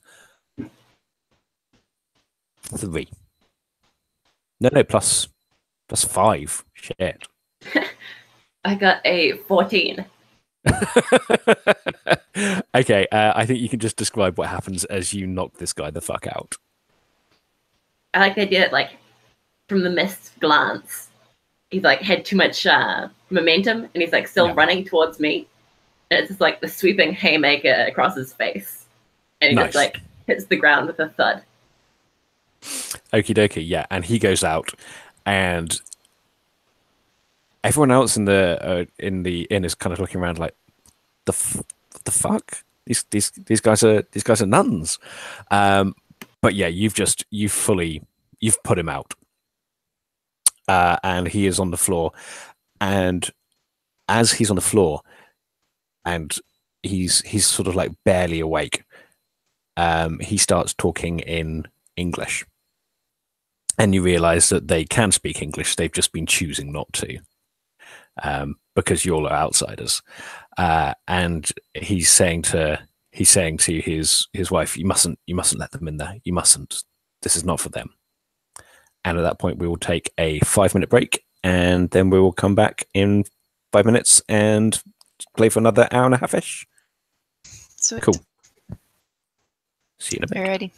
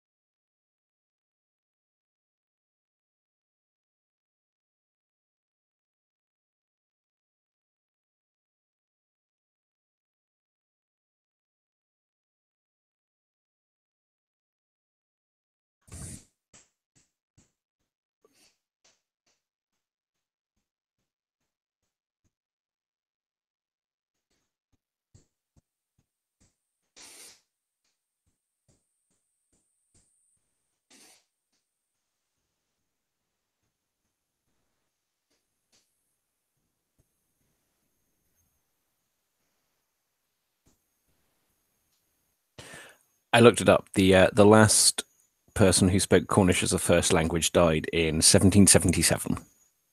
Oh my gosh. Yeah. So that's a while ago now, but still like weirdly recent, like recent enough overall. Yeah. Was it similar? Like I have no idea. Like apart from sort of what happened with the British on Ireland and New Zealand and like the other colonies, was it a similar deal? Like with in terms of like not criminalizing, but like sort of legislating to have like English be like the preferred language in the area and stuff. Or like I have no idea about the history. I don't know. I think probably so. I think it just kind of faded. There wasn't the same drive to keep it alive like there is with Welsh. Because like if you go to Wales, like the signs are still in Welsh and English, and the signs are actually in Cornish and English down here, but that's just as a tourist thing. Oh, cool. So yeah, so like it says Agastan Redruth in my town, which means welcome to Redruth. It is not a beautiful language. It's like Metunda means good morning. It's kind of Germanic sounding. Sounds cool. That's amazing. Right. Okay. So you are in a barroom brawl, or you just in a barroom brawl because what's a fantasy RPG without a barroom brawl? But the guy that you knocked out just said, "Don't let them in the back; they won't understand." Who is doing what? So actually, if I can get, so Alex, if you want to go first, you tell me what you're doing. Then Lauren, if you tell me what you're doing, and then Sophie, tell me what you're doing, because that is the order you are in on my screen. The curse of having an A first name. You always picked on to go first. To come up with things. It's ended up the same. Sorry, you are alphabetically aligned on my screen for some reason. So I think what Amelia is going to do is admonish this crowd because honestly, how dare they? Yeah, good, cool. So what are you saying? What does that look like on screen? I think it's like standing over the semi-conscious body of this man I just clocked. Mm-hmm. It'll be like, look at yourselves. Is this where you wanted to be in life? Threatening nuns? Okay. Like, come on. I think that is going to be a defy danger charisma. I was kind of going for lead the flock move. Oh, if you have an actual move, then yeah, tell me. Go. What do you do there? When I preach to a mob, roll plus charisma. Mm-hmm. That's kind of the same thing. Go for that. But it sounds cool. Well, I imagine you get more control over the 7 to 9 options. Probably. Cool. Okay. Roll away. Tell me what you get.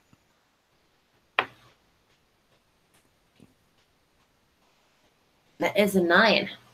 That's a 9. So what do you get on lead the flock on a 9? I get to choose one from a list. Okay. And I might go quietly back to their lives. Okay. Like some more or less non-beating. Like, come on. Yeah, okay. They do settle down. And they you don't get the impression that they're kind of settling down because you've convinced them that they're wrong, but they did see you knock one of their biggest guys the fuck out. So they're wary and they're quite a bit back from you now that you can kind of see that they're stepping back. But you can see also that quite a few of them, the ones that seemed like they didn't want you there, are trying to step in between you and the back room of the bar. Amelia doesn't notice the difference. Lauren, what are you doing? What is Sister Caroline doing? Yeah, I think as everyone's settled down, this is gonna be such a lie, especially given what's just happened. But she's gonna say please, we are not here for violence and we are not here for conflict. We merely seek to locate Father Jasper. And I kind of want to see getting his name out there if anyone recognizes it, or if there's a crowd reaction to sort of naming the guy. It does go around, and one of the this old woman, this incredibly wrinkly old woman, probably about like 4 feet tall, is just kind of shuffles towards you and takes your hand and is pointing out towards the church on the hill, and is kind of pushing you out the door and trying to get you. She's trying to get you out of here, basically. What do you do? Hmm.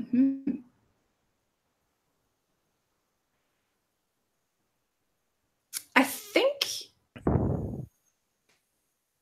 think not interrogate. Interrogate is the wrong verb, but like I think like whilst getting sort of like blasted out of here by an older lady, ask like, oh, is he at the church? Like, is he doing God's work? Is he like he's been missing for weeks? And when you say doing God's work, she gives what can only be described as a cackle. I don't understand. I don't make a joke. And she is cackling, and yeah, make me discern realities actually. Awesome.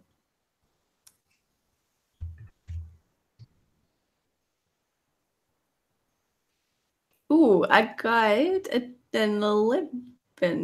Yeah, Okay, 11. so you can ask 3 questions as you're sort of interrogating her and trying to figure out what's going on. I was not anticipating having a whole 3 questions. I would like to know. If you want, you can ask one of them now and hold them back, or. Oh, cool. I think I would like to ask, like, what should I be on the lookout for? Yeah, you can. A couple of people have gone into that back room and have definitely locked it. And also, you can see as the old woman is cackling when you ask if the priest is doing God's work. A couple of the guys in the room have made some rude gestures, and a couple of the women in the room are blushing. Oh my gosh. What? What is about to happen? Thinking about What is about to happen? Okay, cool. Yeah, she is trying to get you out of this room. She is trying to get you out of here, basically. She is doing a much less violent version of what was done before, because you've asked where Father Jasper is, and she's like, right, yeah, he's up there. You go up there. That's all you need for that. No, just out of here, not right here. Excellent. And what is useful or valuable to me? What was useful or valuable to you? You see that the people in the room are kind of like shuffling around, and they're very definitely trying to get in between you and different places in the inn, without revealing too much. And some of them, as I've said, of sort of like trying to go between you and this back room, the bar. And some of them are also, there's a rug on the floor, a sheepskin rug, and more people than there need to be are standing on that rug. Excellent. What is Sister Mary up to?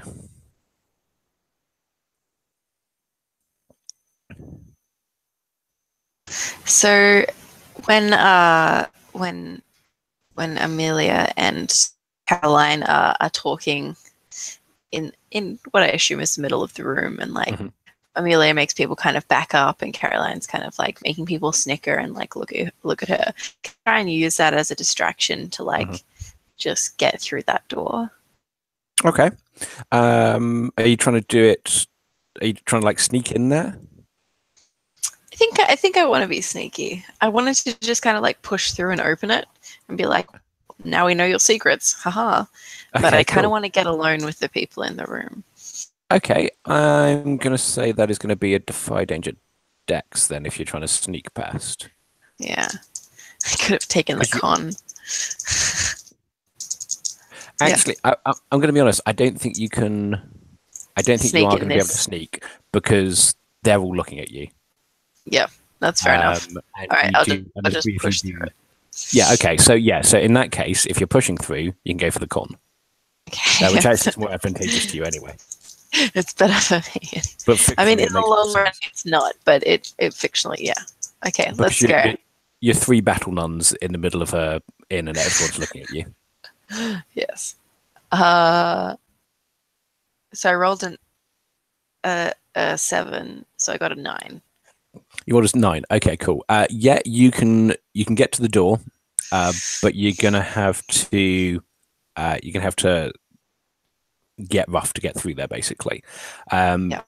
and things have just about calmed down, or like a little bit calmer, even though there's a guy on the floor kind of spitting blood. But like people aren't in a hurry to get in to mix it up with you guys again.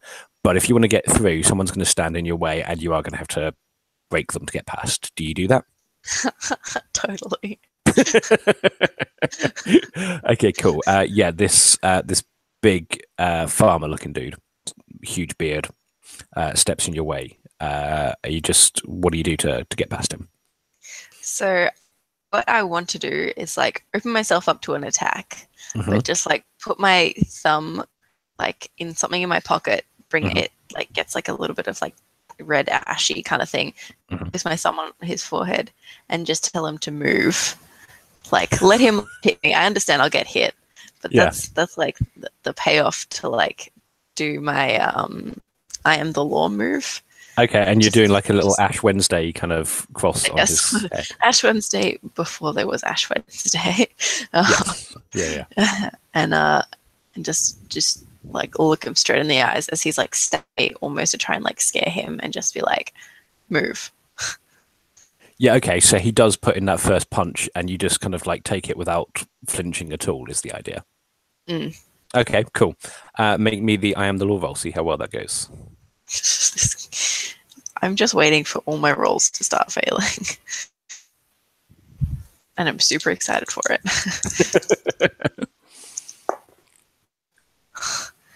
No, I rolled an 8. You rolled an 8. Okay, cool. Yeah, so he does put that punch in, and you do kind of feel your jaw kind of click over, and you think it might be even dislocated slightly. But you take it and also take D4 damage. Yep. But then just goes. But then he looks at you, and he looks that you don't flinch at all, and you still have to push him out the way, but there's no resistance as you push him, and you make your way into the door. And what you see inside is there's a temporary hospital that's been set up in the back of this inn. All of the people's beds have been brought in from other places because this is like a storeroom, so there should be kind of just like full of barrels and food and stuff like that. But it's full currently of beds, and there are people. There's people of all ages: men, women, children, elderly young, and they're moaning. There's about, I think there's 6 people in beds in here, moaning and screaming, and it's a terrible sight. One of them, and in terms of body horror and stuff now, do like X-card me if you need to X-card me at any point. One of them rolls over and they've got a bucket there, and she vomits like this black bile straight into the bucket. All right, sweet. So what do you do? I like raise a cloth that's around my neck, just like over the mouth part of my armor. And I don't think I have any healing moves, so I imagine Bard. Caroline has some healing moves. Caroline? Yeah. Okay, cool. Yeah, right. So I'll probably like hold open the door, so Caroline can see in. Like, if you think you can do this, otherwise we're not going to tell them we can heal. Okay. We'll just pray for them. Caroline, I think you can clear your stunned now as well. Oh, neat. What do you do as you go inside? Yeah, good question. I kind of feel like Carolyn would go in and totally we can heal you. I fully believe I can heal you, but I'm the bard. I say things. Actually, no. I've got a move I can do. I'm so excited.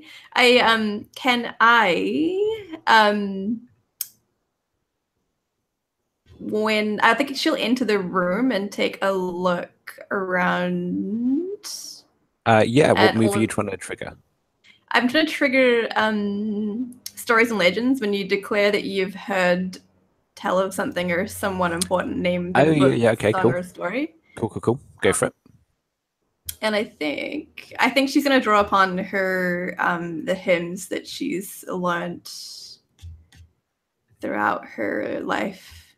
Well, also as it can a- be that you overheard some of the conversation that was going past with the Italian gentleman earlier from the flashback. Yeah, totally.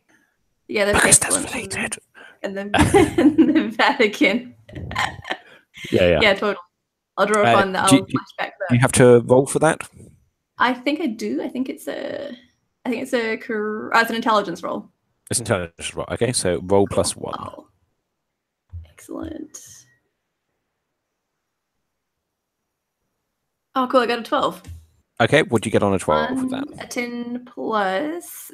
Oh, so on a 7 plus, the GM will provide you with an answer. On a 10 plus, the answer will be also more elaborate, providing information immediately useful or relevant to you. Okay.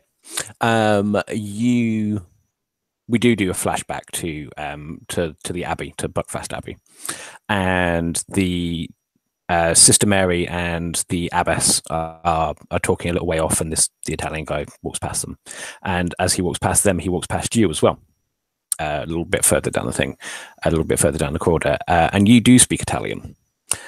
So you hear him talking about the great mortality that has come to Europe, thousands dead from the boils, the black boils that are bred by that are spread by rats. And he describes the Black Death, but what he also describes is that thousands are dead, but thousands still move. Nice. So you know what this is, but you also know that if anyone has died from this, they are probably, you want to see any bodies that have died from this disease that's going on here. Yeah, I kind of want to do a non-huddle. Like I seeing this, and then like you get that shot of her like going, oh, and turning quite pale, and then pulling into a non-huddle and saying a non-huddle. I love that. And saying, sisters, as much as I wish we could save these people, I think they are beyond saving. And I think perhaps it would be in their best interest and ours if we helped end it. But I do not possess the knowledge or the experience to say what will happen if we do. Just that. They might not be beyond saving. Not everyone who has contracted this has died. The issue is what happens after they die. Indeed. Well, I will impart that. I don't know. I don't know a good Catholic way of saying we have zombies on our hands. But I will impart that knowledge in a very grave, sincere manner. Yeah. Okay. What do you do, Sister Mary? How do you take that news? What are you doing thereafter? I just want to take a second to relive the idea of a nun huddle, because I just imagine all of us standing there in like our robes, like in the corner, standing out so much already, just like huddling and talking to people after we've just seen them sick, and it's amazing. But apart from that, there is really not a lot I can do. So I think while in the nun huddle, I'll probably ask Sister Amelia if she can somehow like bring these guys faith and make them feel comfort even when their bodies are in discomfort. Good call. Sister Amelia, what do you do? I can certainly try and do that. What move are you going to try and trigger? is a good question. All of them could apply, but I think I might go for invocation. I think that sounds fun about now. I might do my move again to give you a +1, hopefully. But sort of threatening you. I feel like I threaten in the nicest ways, which is not possible, you know. Just to, I feel like this is a cause we should be fighting for, and so I'm like. And so if I fail, you're going to report me. Yeah. If I feel like that was not good, I don't know. Do people whip each other then? That's that's a thing. Yeah, flagellation's a thing. Yeah. I might just like heat up a cross and like give you a cross welt. I don't know. Well, are you doing this while she's invoking? No, I'm telling her this. You know, you've had the punishment before. Oh, Just don't okay, mess cool. up. It's like maybe you're kind of like slightly fingering where she's got a scar from the previous time, kind of a thing. Yeah, While she's saying this just, very like, gently. Hold on to her, like touch her shoulder, even though I know you're wearing armor, but you know where the cross is. I was just imagining you like heating up the cross as I'm doing this. Yeah. You just like look over because you smell burning, and it's just like me holding a metal cross over the bottom. Okay. Oh boy. Okay, so I rolled an 8. Jeez. Okay. So I got a 9. So I think it's just +1 for you. Okay. Good luck. Alrighty, that takes my -1 to a +0. And what do we roll? That is a 6. That's a 6. Okay. Right. So you are, Sophie. I know you were joking about the heating the cross up, but do you mind if your character actually is doing that? If everyone's okay with it, I'm totally down with doing it. My move literally says, if you are close enough, you could hurt them. Right. Okay. Like, So you're doing that, and then the cross itself just it's this little metal crucifix, yeah. Okay. It's heating up, it's getting white hot, and then suddenly it just bursts into flame, and then you can see holding it is St. Olga, holding it from the other end, and the flame passes up her arm, and suddenly, like it engulfs her whole body. And she looks down at the suffering men, women, and children in the room and puts her arms forward lovingly, sending gouts of flame out across the room, which consumes all of the people there. Which is not going to go down super well with the people in the back room. close the door. You're closing the door? The room is on fire. Yeah, I Yeah. step on the other side of the door and just like close the door. Okay, with so my you're- nuns following me. I'm just gonna be like, we have saved their souls. Dog as well. Like, I don't quite understand. So you say that, You're- and then you hear this screaming, agonized screaming come from the room behind you as you say that. Yeah. And I think everyone in the room is going to rush you, actually. I think that's Yeah. the only reasonable thing for them to do there. Yes, please do. Okay, and I think that Sister Caroline is about to launch into Onward Christian Soldiers. Okay, so do you want to... Are you singing a battle hymn at this point, Caroline? Yeah, I think so. Like, I think, yeah, it's competing with the screams for sure. That is dark. Okay, yeah, roll me... What sort of song are you singing? Oh, good question. Hang on. I have a really good one lined up. I think this is the hymn of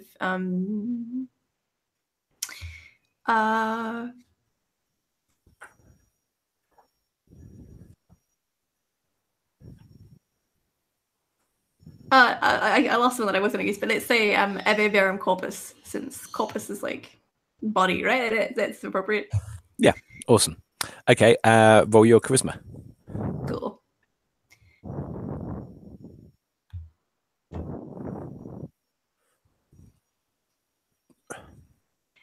I got a 9. You got a 9. Okie dokie. What'd you get on a 9 with that roll? Cool. So this is for starting.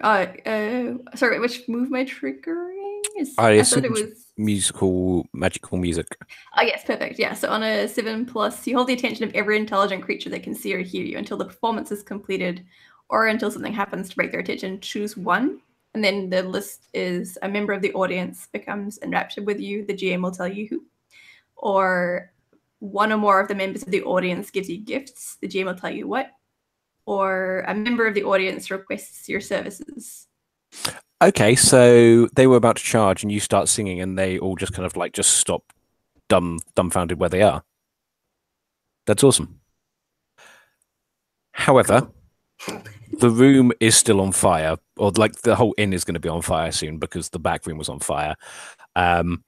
You've still got whatever is going on with that sheepskin rug, and the crowd, which are sort of like they're only going to not attempt to immediately murder you for as long as Carolyn is singing. So you're kind of like singing and holding them back, basically, and you've kind of got them enraptured.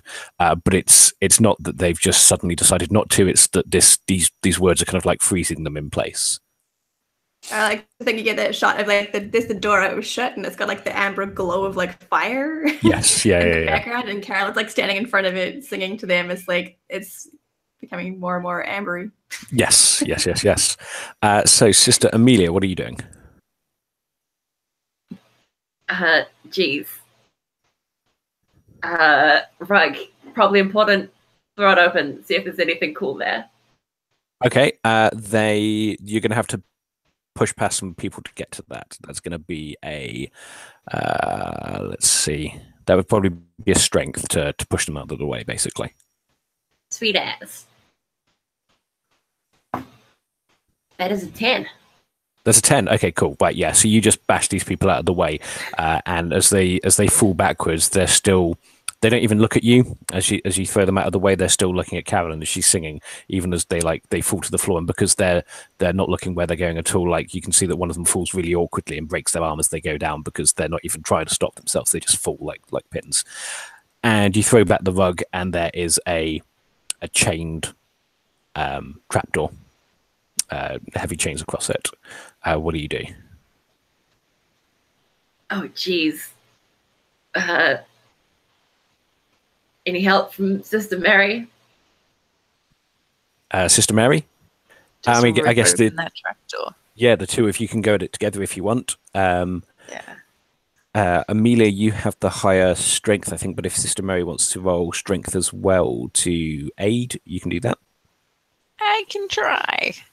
Can I also just say I could move if I was level 2 called There Is No War in Ba Sing Se. Basically, I can tell an NPC to willingly ignore all evidence of an event that just happened. So I can like go through and tell all these people that this did not happen. Or nothing. That's awesome. All right, strength, power. Oh, it's just so good. What the heck? I rolled a 10. You rolled a 10. Okay, so that is +1 to to Amelia's roll. And Amelia, what did you get with your +3 now? That is now a 10. That's a 10. Okay, cool. So describe what that looks like as the two of you rip the door open. Well, I imagine it's like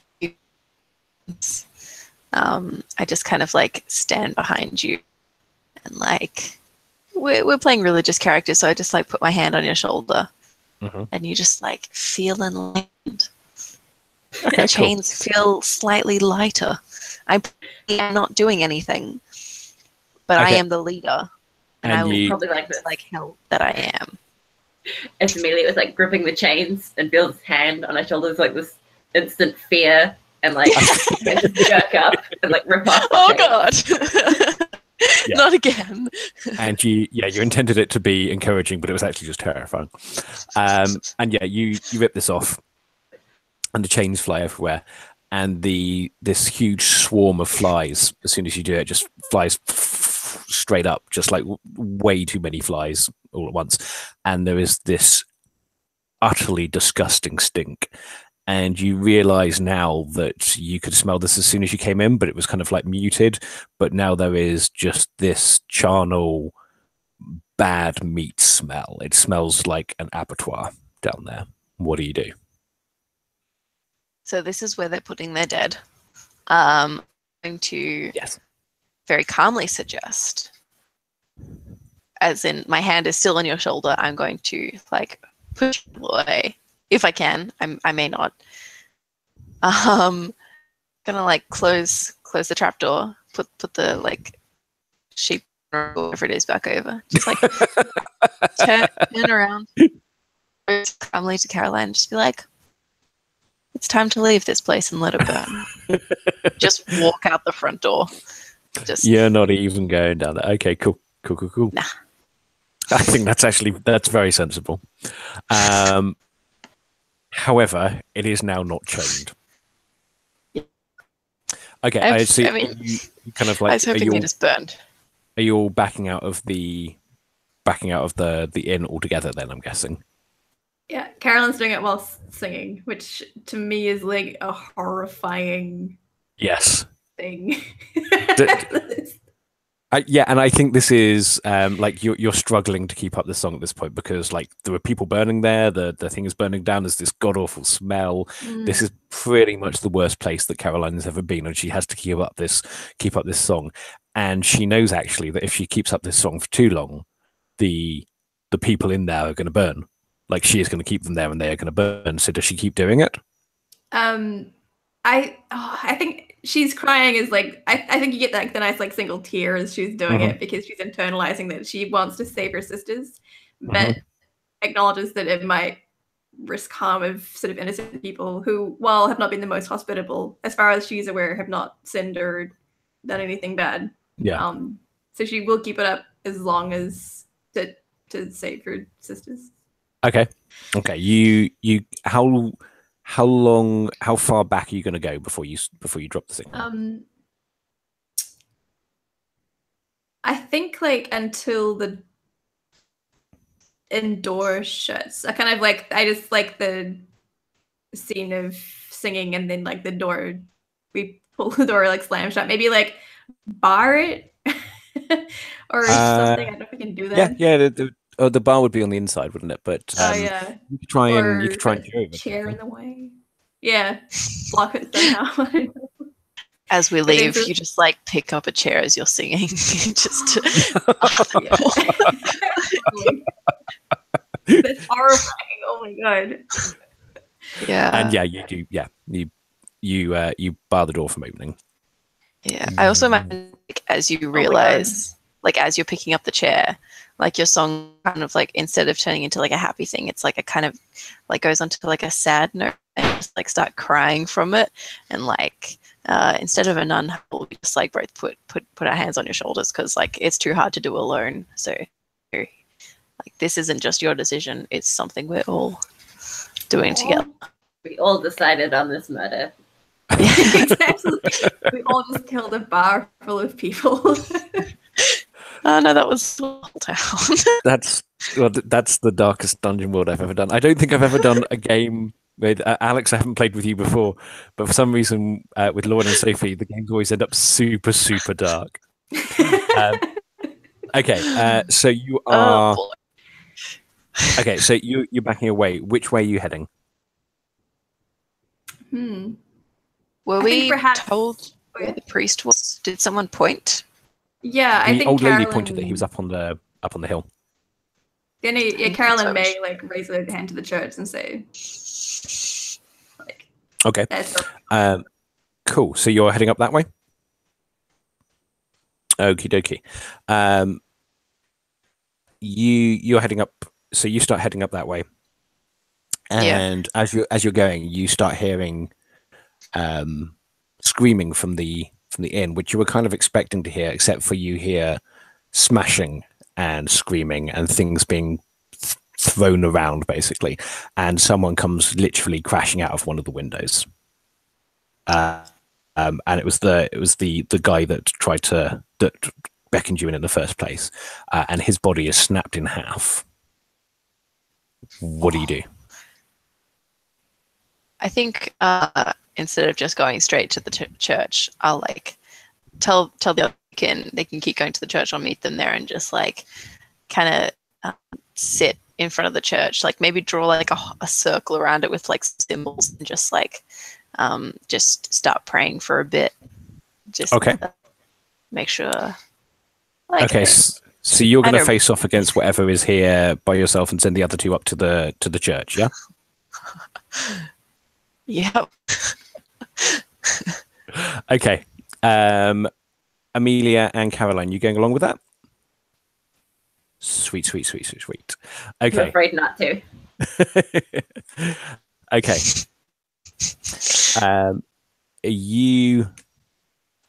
You run your way. Are you running? Are you walking? How are you getting up to the church on the hill?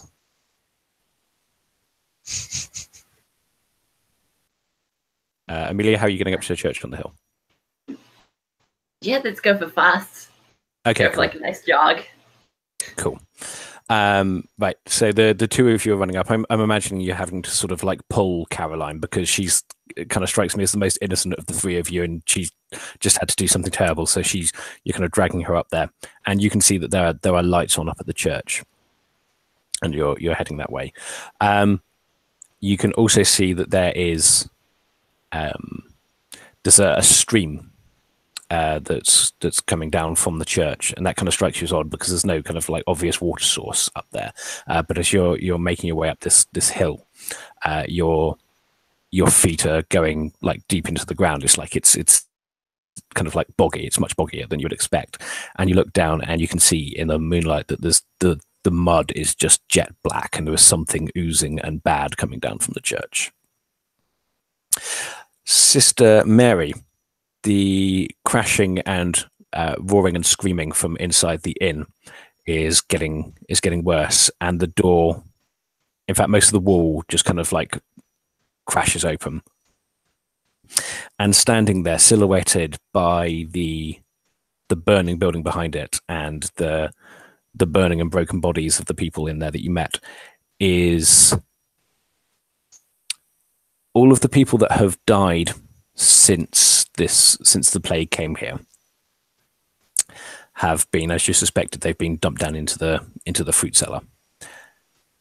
Except you were kind of expecting each of them to rise individually, but what you have instead is this conglomeration of all of their bodies that have kind of like fused together through the oozing and the pustulence, and they're kind of stalking towards you as one giant sort of like 15-foot tall thing. Like the arm is one body, the leg is someone else's body, the head is like two people's heads, like one person's head with someone else's kind of like their jaw kind of making up both of it, basically. Yeah. So you have the 10 or 15 people that have died since the plague came all mashed together into one weird monstrosity going towards you. What do you do? Okay, I think I'm just gonna kind of like stand up. Mm-hmm.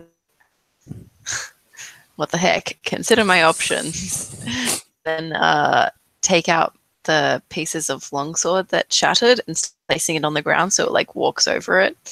Oh, nice. Okay. Yeah, then I'm just gonna like step back and get ready to kill this thing, I guess.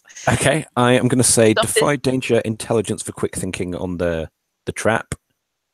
See how well that goes. Pretty sure intelligence is my worst stat. I think it is. All right, come on. If any time is the time, it is now. I got a 10. You got a 10. Okay, cool. It's not going to do a huge amount of damage, but what it is going to do is it's going to, as it's coming towards you, so you put these shards down as you see it coming. Yep.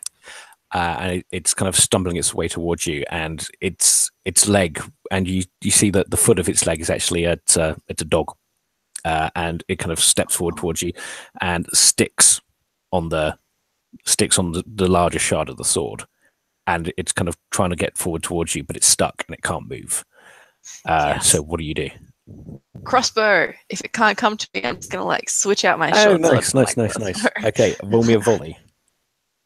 Okay. Is So that with Dex? That's plus Dex, yeah. Oh, hell yes. Okay. Oh my goodness. I'm going to show you. I just rolled 2 6s. Nice. I cannot. I play D&D every night, and I don't think I've ever rolled this well before. Holy cow. Okay, let's see how much damage you do. Roll your damage, which is a D8, I think. With a clear shot. Okay. Yes, it is a D8.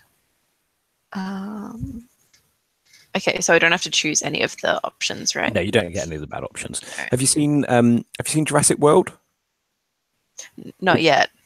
No, the Oh, first one, the one that came out like 4 years ago.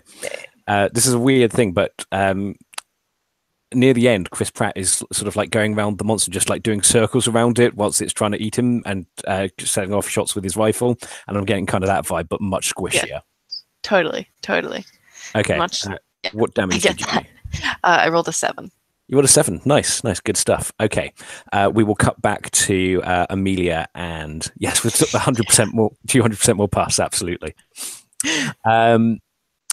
Okay, so Amelia and Mary, you are at the church now, and there is, as the further you get up there, the more of this oozing there is coming out of it, and you can see that it's sort of like pouring out of the church. What do you do? I say church, by the way. This is a small building because it's a small, like, little Norman church. It's probably like it's not like this big sort of massive Gothic building. It's just like it's almost like a granite hut. Mm.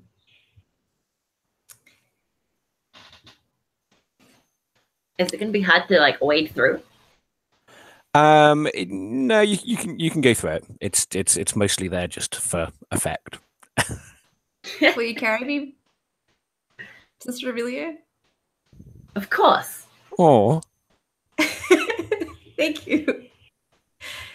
Do like a nice piggyback. Oh, that sounds amazing. okay, yeah. So you're wading through, like with the religious imagery. Let's go for it. We'll go like St. Christopher and Jesus across the river, but Yes. it's much gooier, and you get to the door, which is this old wooden like oak door, except it's splintering and it's got like mushrooms growing out of it, and it's disgusting as all hell. What do you do? Amelia, what are you doing? Yeah, I'll open the door. It's locked. Ooh. Can I try and open the door a little harder? Yes, you can. That is going to be defy danger strength.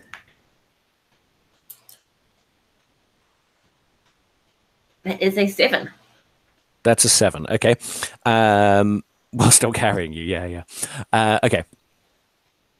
Yeah, you open the door.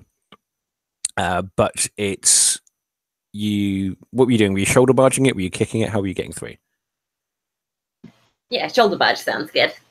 You're shoulder barging it. Okay, cool. So you shoulder barge it, and it comes open a lot more easily than you were expecting it to. You just kind of, it's very rotten, and you just smash your way straight through. And as you're sort of carried through by momentum, do you remember they said that there was the holy well in the church Oh, earlier yeah. on? You're heading straight towards that, and if you don't stop yourself, you're going to fall straight in, because it's literally just right there as part of the center of the room. Incidentally, in the corner, there's Father Jasper, looking kind of surprised to see you. So you can see that. But right now, you are falling towards a well. So roll me defy danger Dex to stop yourself, but don't tell me what you get, because we're going to cut back to Sister Mary fighting the abomination. So, Sister Mary. Yes. I just to flash back a bit, I really like the imagery of me like putting glass out and you guys like with this nice peaceful backful music getting like carried across the sludge like Jesus. Like that moment between you guys and me just like fuck. Like, it's just great. I'm glad I sent you guys away to do that together. Okay, the thing is, it pulls itself off, and actually it leaves its leg entirely behind. Oh. Grabs part of its back off, and like shoves it in as a new leg. It's this old lady that pulls off its back and just shoves on and just kind of onto its leg and stomps forward towards you. So it's rushing forward towards you now. What do you do? Jesus, that idea of it, like how it walks, something that like creeps me out more than anything is like things that walk like kind of disjoint, and like it's great. I like it a lot. It's super shambly. Okay. Is it close to me now, or should I still use a crossbow? Oh no, it's going to get close to you if you don't get out of the way. Yeah. Okay. So I think I'll probably try and get out of the way. It's like, you. Can I defy danger with like Dex, I guess, to like try? If you're like dodging out of the way, that would be. Yeah. So you want to try and get to a better position. Yeah. So you could. Could I discern realities to find a better position? No, I think I'll just tell you. Yeah, you can, because you're sort of like near the top of a hill, you can kind of use some of the mud to slide away from it, basically. Yeah, so slide down away from it and shoot it as you're sliding. Oh yeah, heck yeah, that looks awesome. Defy danger Dex to do that. All right, let's do it. Oh shoot. Dexterity. What did you get? Dang. Okay, I rolled a 6. You rolled a 6. Okay. I'm going to stay true to the moves of the creature, which means I'm going to do something harsh. Yes. But X card me if you think it's too harsh. Now do it. Okay, so this thing's storming towards you, and you're trying to get away, and you're raising your crossbow as you do it. And it kind of grabs at your crossbow. And it grabs your crossbow, but in grabbing your crossbow, it grabs your arm as well. Yep. And it wrenches, and you hear this, and your arm has come clean off. Oh shit! I say clean. It's not clean. It's not clean. It's nasty off, and it looks at this. It kind of doesn't like understand what it's done immediately because it was just after your crossbow. Yeah. And then it goes. And like puts it into itself, and now your own arm is coming for you. What did Sister Amelia get on her danger Dex? Sister Amelia got a 7. Sister Amelia got a 7. Okay, cool. You can stop yourself, but that means just from the angle that you're going to have to do it on, Caroline is going to fall down the well. Or you can fall down the well, which would leave Caroline at the top. Well, I'm here to protect the faithful, so I will fall down the well. Okay. So you realize that this is going to happen at the last minute, and you angle yourself so that Caroline...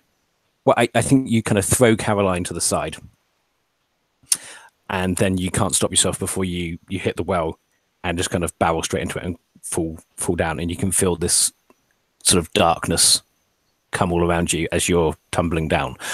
Make me a defy danger con to stick the landing. Come on, 3 point. That is a 5. That's a 5. Okay. You land on the floor with an almighty crack, and. No, okay. So you land on the floor, and it's not as hard as you thought it was going to be. And then you realize that something is moving underneath you. And something that is moving underneath you starts scurrying all over you. And you look up, and there's just the slightest bit of light coming down, and there are these huge black rats crawling all over you.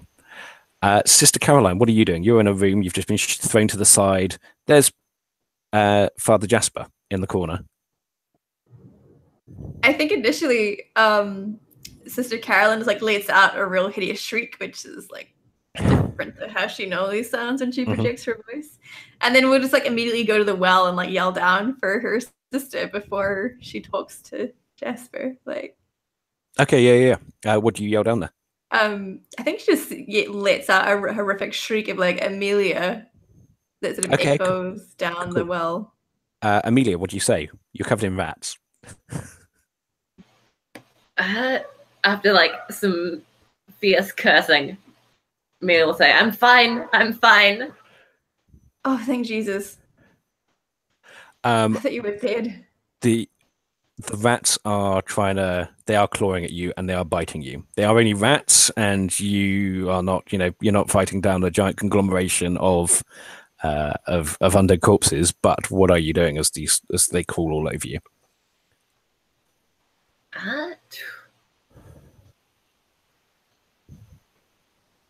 First things first, I'll see if I can like try to climb out of here. I can like get me perches on the walls.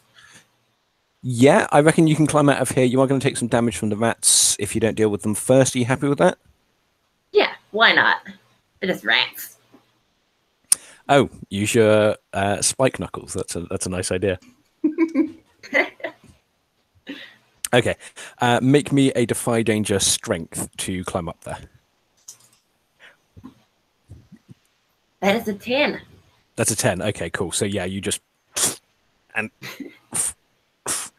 and yeah, you climb your way up there.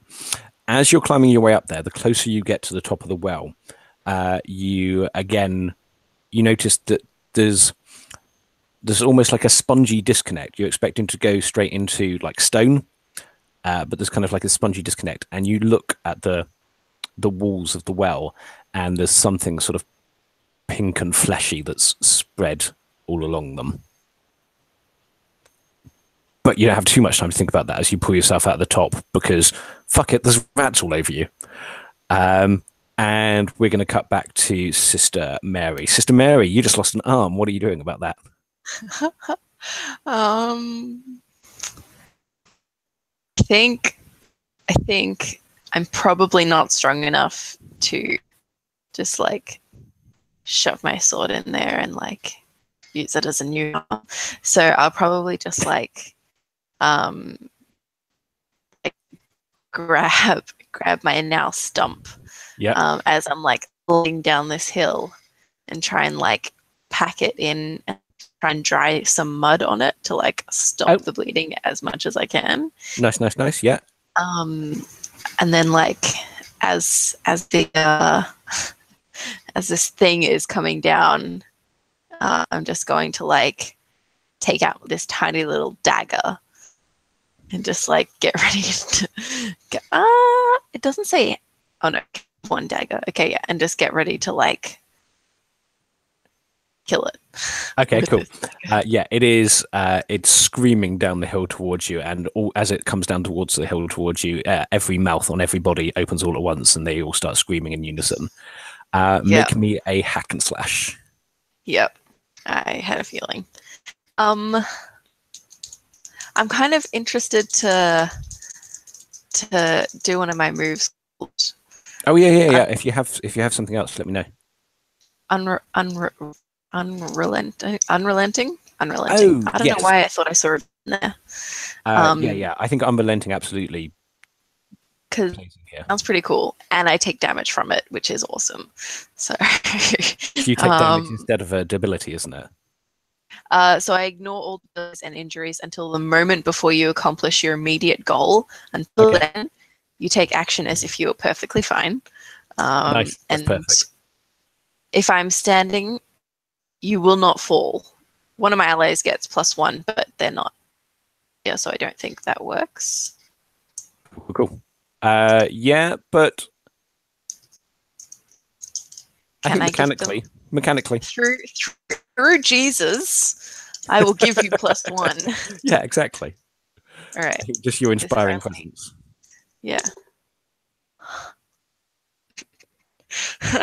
Is it super good or super bad? I don't. On a miss, I rolled 3 plus my con, but it doesn't matter. On a miss, choose one, but your condition worsens significantly. Take 1d8 damage, and you push yourself beyond your limits. So I'm still going to. So you get to ignore it, but you take damage. Yes. Because you're pushing through when you should not. Yes. So let's see how it hurts. I rolled an 8. Oh, how many hit points does that put you on? I don't. It doesn't say if it's armor piercing, so I'm gonna. It is. So I'm going to on assume it 17. is. Yeah, Yeah, that's not I'm too on bad. 17. Yeah, it's okay. Like hit point I'll be wise, fine. you're still fine, but you are. Yeah. I mean, I- yeah, it's not great. I'll- It's not great. All I'll of be them. fine. I'll be Okay. fine. Now, roll the hack and slash. Don't tell me what you got. And I need to take Yes. another quick break. So if you roll the hack and slash, and then we will rejoin back here in a couple of minutes, if that's okay. No worries.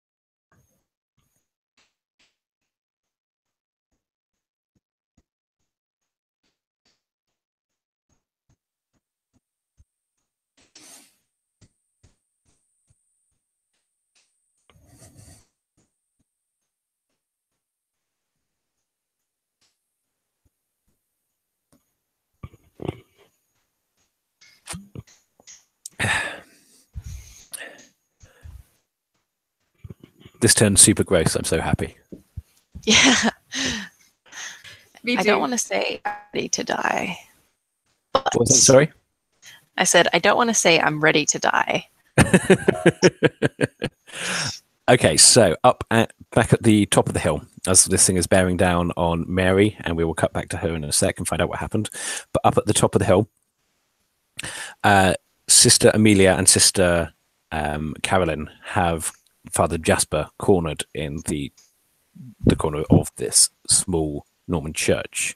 What do you do? First, Carolyn gives the most terrifying sister a hug and says, "I thought you were dead." And then we'll turn to Jasper.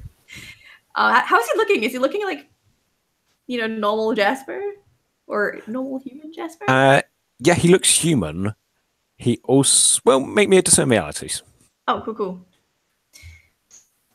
And I totally anticipated the wrong stats.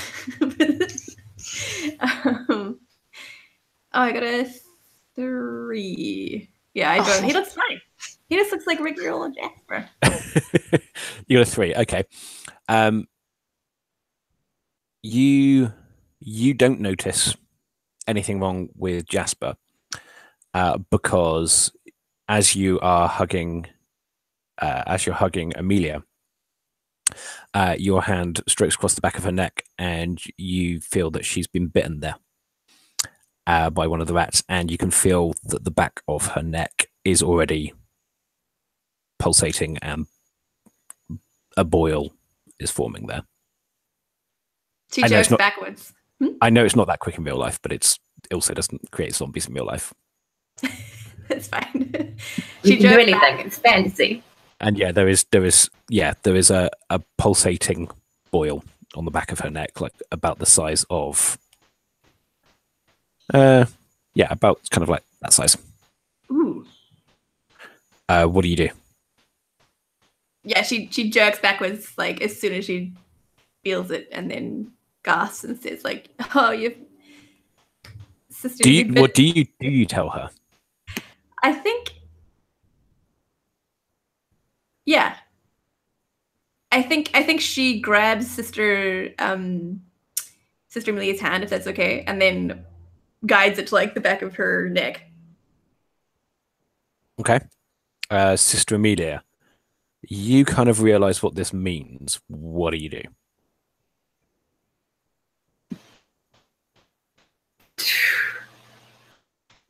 Well, I guess we'll see. I'm just thinking, like, I should ask St. Olga for help, but then we saw how St. Olga treated this last time. Holy fire. Yes, we do. Maybe I'm special. I'll give it a shot. Okay, go for it. Oh my god.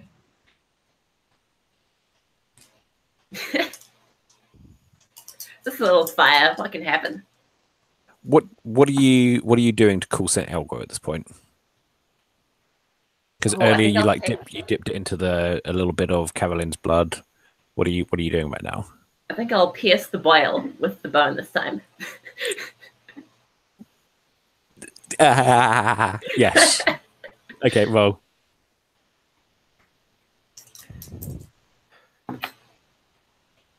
That is a 5.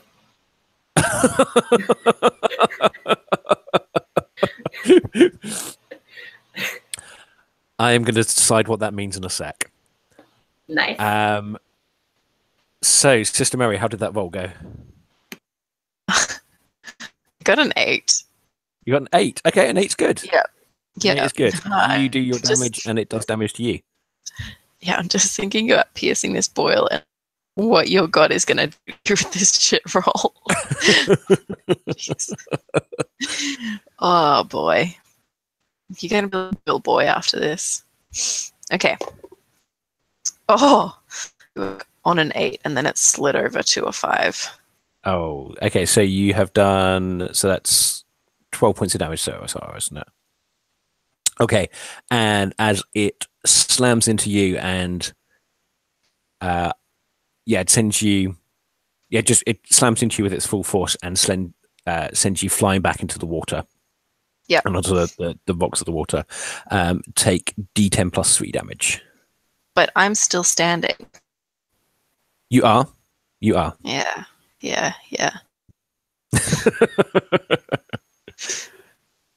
Oh, I rolled. You rolled what, sorry? I rolled a 2. You rolled a 2? Oh, that's not too bad. Okay, so that's 5 damage. Okay. Almost landed on a 10. Jeez. Okay, so so you crash back against the sharp rocks of the shingle beach, and just immediately pull yourself back up, grab at your arm, just kind of punch it a couple of times, Kylo Ren style. And are you going straight back into the fight? What are you doing now? Yeah, straight back in. Okay, let's go for another hack and slash. Probably charge it this time. You're charging it this time. Nice. Yes. Oh, but if I have the distance, maybe I should use a crossbow. But what is more badass? Yeah, okay, charge in. Okay, you can do this. Above a 10. Let's get above a 10. Let's do lots and lots. I rolled a 10. Yay! Okay, so I'm it's gonna on add a 12 points of damage. So you're going to add the d6 to take its hit too, yeah? Yeah, I'm gonna add the d6. Okay, Okay. I'm gonna roll them one at a just to see if I have any chance. Okay, I don't have any chance. Okay, I got a 5. Is that a 5 in total? Yeah, I rolled a 1 on the d8 and a 4 on the d6. Okay. Dang it. So what does that look like as you do that? So I'm like running up, and it like because I didn't get pushed over, I just like slid back on my feet, like as if I was on like a pushed back in the one pose. I just like immediately like push in the water, and it like flicks off behind me like a mist, and I just like run this thing and like stab it right in that stupid arm, and What, in your arm? like yeah. I'm not getting it back. It's gross now. But like as I do, I just kind of like stop for a second, thinking I've like killed it, and like look up, and realized I have not. Okay, so I think so you kind of run towards it, slash at the arm, kind of like that's mine. Yeah. And your arm does come off. Like the one that you want to come off, not your other one. Yeah, the other arm just like. And this, and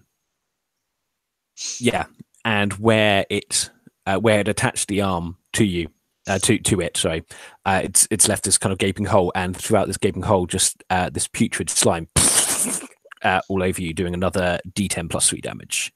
Oh. Boy. And covering you in viscera. Gross. 4. So that's 7.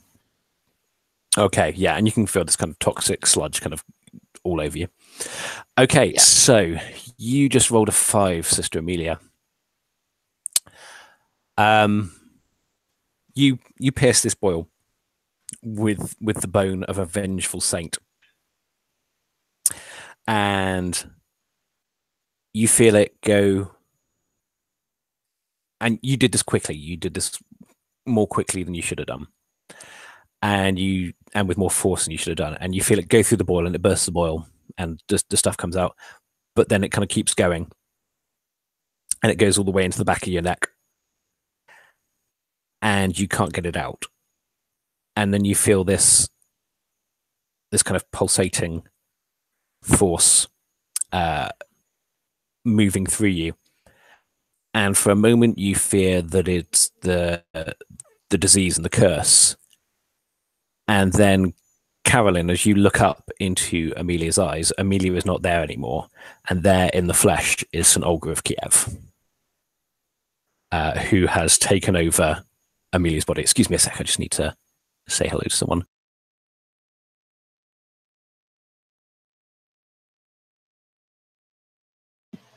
Gotta admit, being possessed is probably one of the better outcomes there. Yeah. Yeah. Hey, at least you have both your arms. I mean, technically, you don't have any of yourself anymore. So maybe it's. You know what? It's fine. You'll be fine. Let's call it a draw. At least, you didn't have to burn a whole building full of people. Yeah. Yeah. So really, one of the better things that happened today. Yeah. Today is going just so good. We're killing it. We fended off like- the 12-year-olds pretty damn good, right? Right? Should we call the quits there? Yeah, we beat up. Yeah, some we should have kids. just. They were telling us not to come. We should have just not gone. Okay, so Sister, or should I say, actually, Olga of Kiev, what are you doing? Patron Saint of geez. Vengeance. Patron Saint of Vengeance. Well, who needs to be venged right now? What is Father Joseph Sort of doing? you. Sort of me. Yeah. No, not you, like Amelia. So, yeah, what do you do? As in, like, I should start tearing off my own arms? Oh no, I just mean yeah. So you are here. You're the patron saint of vengeance, but the person that needs avenging is Amelia. Amelia is the person that's essentially gone at this point. Oh, right, right. Yeah, I'll look over to Father Joseph. Yeah. Be Okay. like, what is going on? And you speak it in medieval Russian. And Carolyn, you know that she's speaking in medieval Russian, and you don't speak medieval Russian, but you know what she's saying somehow. And there is this, yeah, as you say, there's this kind of this divine authority, and it's like the most beautiful and at the same time the most terrifying sound that you've ever heard. And he breaks down weeping, and he says, I shouldn't have. I was weak, and I failed. I took a lover, and she just wanted the water from her home village in France. That's all I did. That's what I just brought over the water. What do you do? Well, I mean, he's gone against his vows, hasn't he? He has. He absolutely broken has. his contracts. Yeah. That sounds like null and void at this point. it sounds like some pretty punishment-worthy act. Okay, what do you do?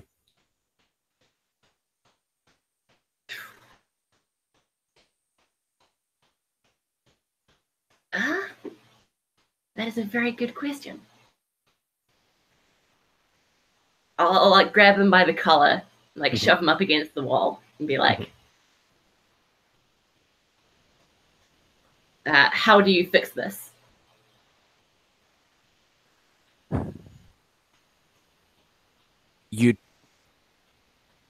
And he looks just so ultimately sad, and he says, "She's the source. She has to die."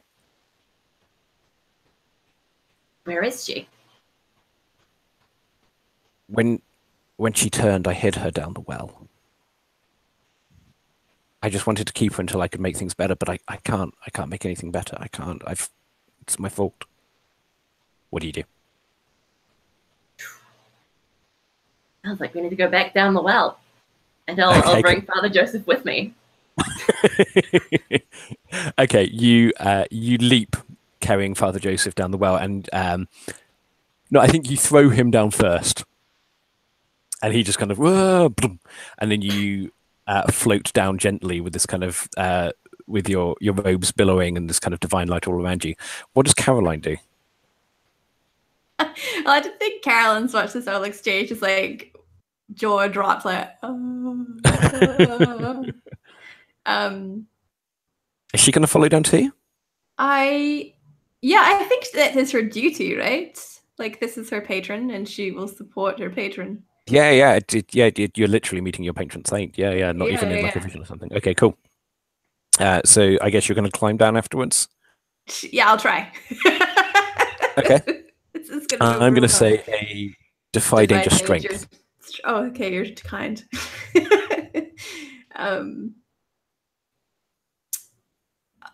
That's a 6. I think I have 1 strength. You do. Yes, I managed to somehow scrabble down with my heart in my throat. Oh, so it's a 7. Okay, cool. 7, yeah. Yeah. Okay, great. Yeah, so you're sliding down, and it's not graceful or comfortable. And as you fall down, you do you kind of fall that last like 3 feet and sprain your ankle as you go down. But you can kind of get through it. And once you're down here, now you can see in the kind of the divine light of St. Olga that the entirety of the bottom of this well has just kind of like rotted out and is going on in a big chasm, and spread all across the walls is this kind of like pink. It looks almost like mold to start with, but then you get close and you realize that it's like a human spread too thin across the walls, and there is the skeleton of Father Jasper's lover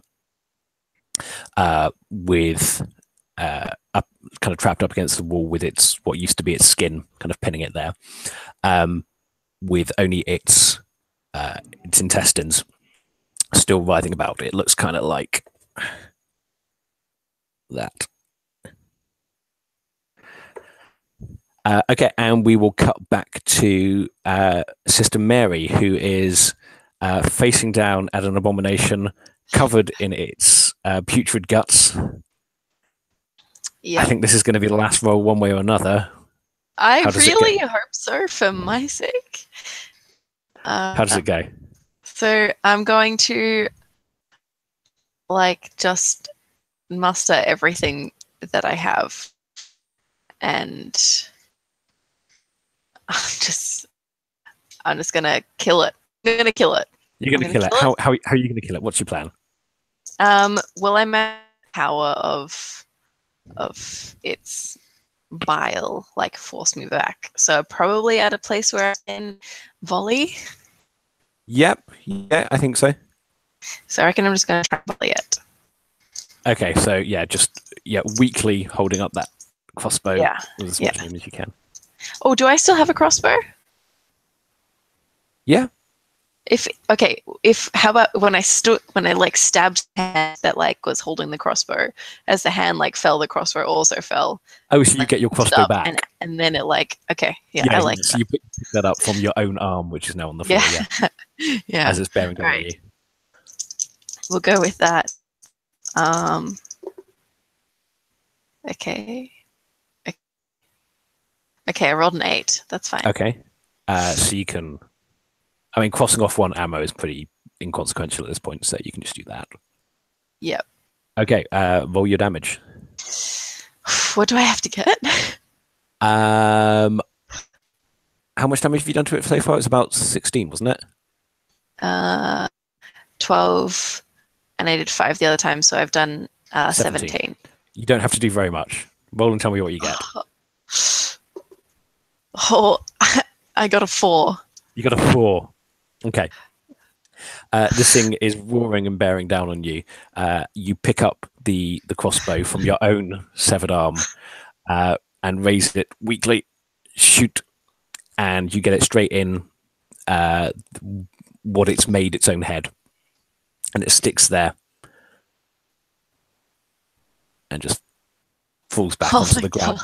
And as it falls back onto the ground, it splits into all of the various bodies that it actually should be, and just kind of falls apart and into the various corpses it should be. And at that point, you do go, what happens to Sister Mary as that happens?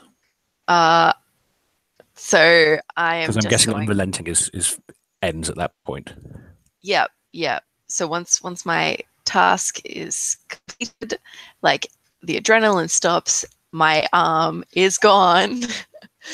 There is a dead thing from me, and I'm just gonna sit in the water and just wait for the other two to get back so we can take her home.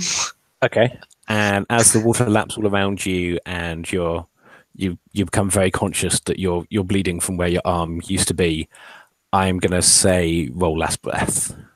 Yeah, which is just that makes sense. Which is just roll, but don't tell me what you get yet. We'll 2d6.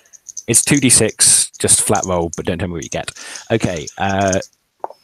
Olga of Kiev and Sister Caroline, what do you do? This thing is kind of trapped up against the wall, kind of writhing away. It looks angry. It looks so angry, but it doesn't look like it can move very much. I feel like I would be silly not to defer to our patron saint. Okay. Divine wisdom can she impart upon us, and what guidance can she give? I think Vengeance patron and death. saint is gonna Murder, death, kill. it's gonna undo one of Amelia's gauntlets and just wordlessly hand it to you. Oh, nice. She will accept it. And then I guess punch the shit out of this thing. Yeah. In so many divine words. Okay. And I think we will just have that image of you putting on the gauntlet, the nicest and sweetest and most innocent of all the three sisters, and just bashing the shit out of an undead skeleton with writhing guts. That is so horrifying. And when you you look down, and the skeleton's just in bits, and the stuff is falling off from the walls, kind of like all rotting away. And you look around, and Amelia is not there, and Sister Olga is gone. Sorry, Saint Olga is gone, and with Saint Olga is gone, the light goes, and you're left in the darkness of the well. And what did Sister Mary get on her last breath?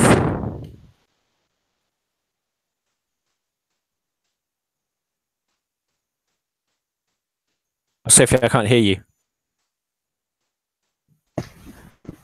I rolled 2 6s. You rolled 2 6s. Okay, so In every game of Dungeon World I've ever played, on my last breath, I've always died until now, and I'm so proud. I just, okay, Sister Caroline is down at the bottom of the well, and she's in the darkness, and she's kind of despairing, and she's praying for something to happen. And then a torch flutters down, lands, and she can just kind of see for the first time. And she wanders over to where the torch is, looks up, and at the top of the well, she can see Sister Mary, her arm bandaged as best as she can. Sister Mary throws down a rope, and as Sister Caroline climbs up the well on this rope, we will leave it. oh my god. Well done, everybody. That was lots of fun. Yeah, that Oh was my God. awesome. That was amazing. That was so great. Dang. Thank you very much for playing, everyone. Thank you for being awesome battle nuns. Oh my God. I love the battle nun theme, and thank you for leaning into it so hard. That's great. No worries. Does anyone mind if this goes up on YouTube? Absolutely fine. If you don't want that, I go for gold. yeah, I'm Alex, happy. you okay? I would be proud. Cool. Okay, Yeah. okay, cool. We will add this to the Gauntlet playlist. Thank you very much. I know Lauren's got another game to get to, and it's quite late here, so I'm going to go to sleep and hopefully not No dream problem. about horrible gushing monsters. Best thing- Okay. Can Cheers, I- everyone. Can I quickly? I was going to say, yeah. Ollie, you did the best horror. That was amazing, and you're great. And I'm so happy we got to play it again together. And Thank you. Thank you very guys much. were amazing sisters. Thank you so much. You were very supportive and amazing. Yeah, it was a super good game. I'm really glad we got to play together. Awesome. Awesome. Thank you. Thank you very much, everybody. Lovely. Thank Great you. game. Cheers.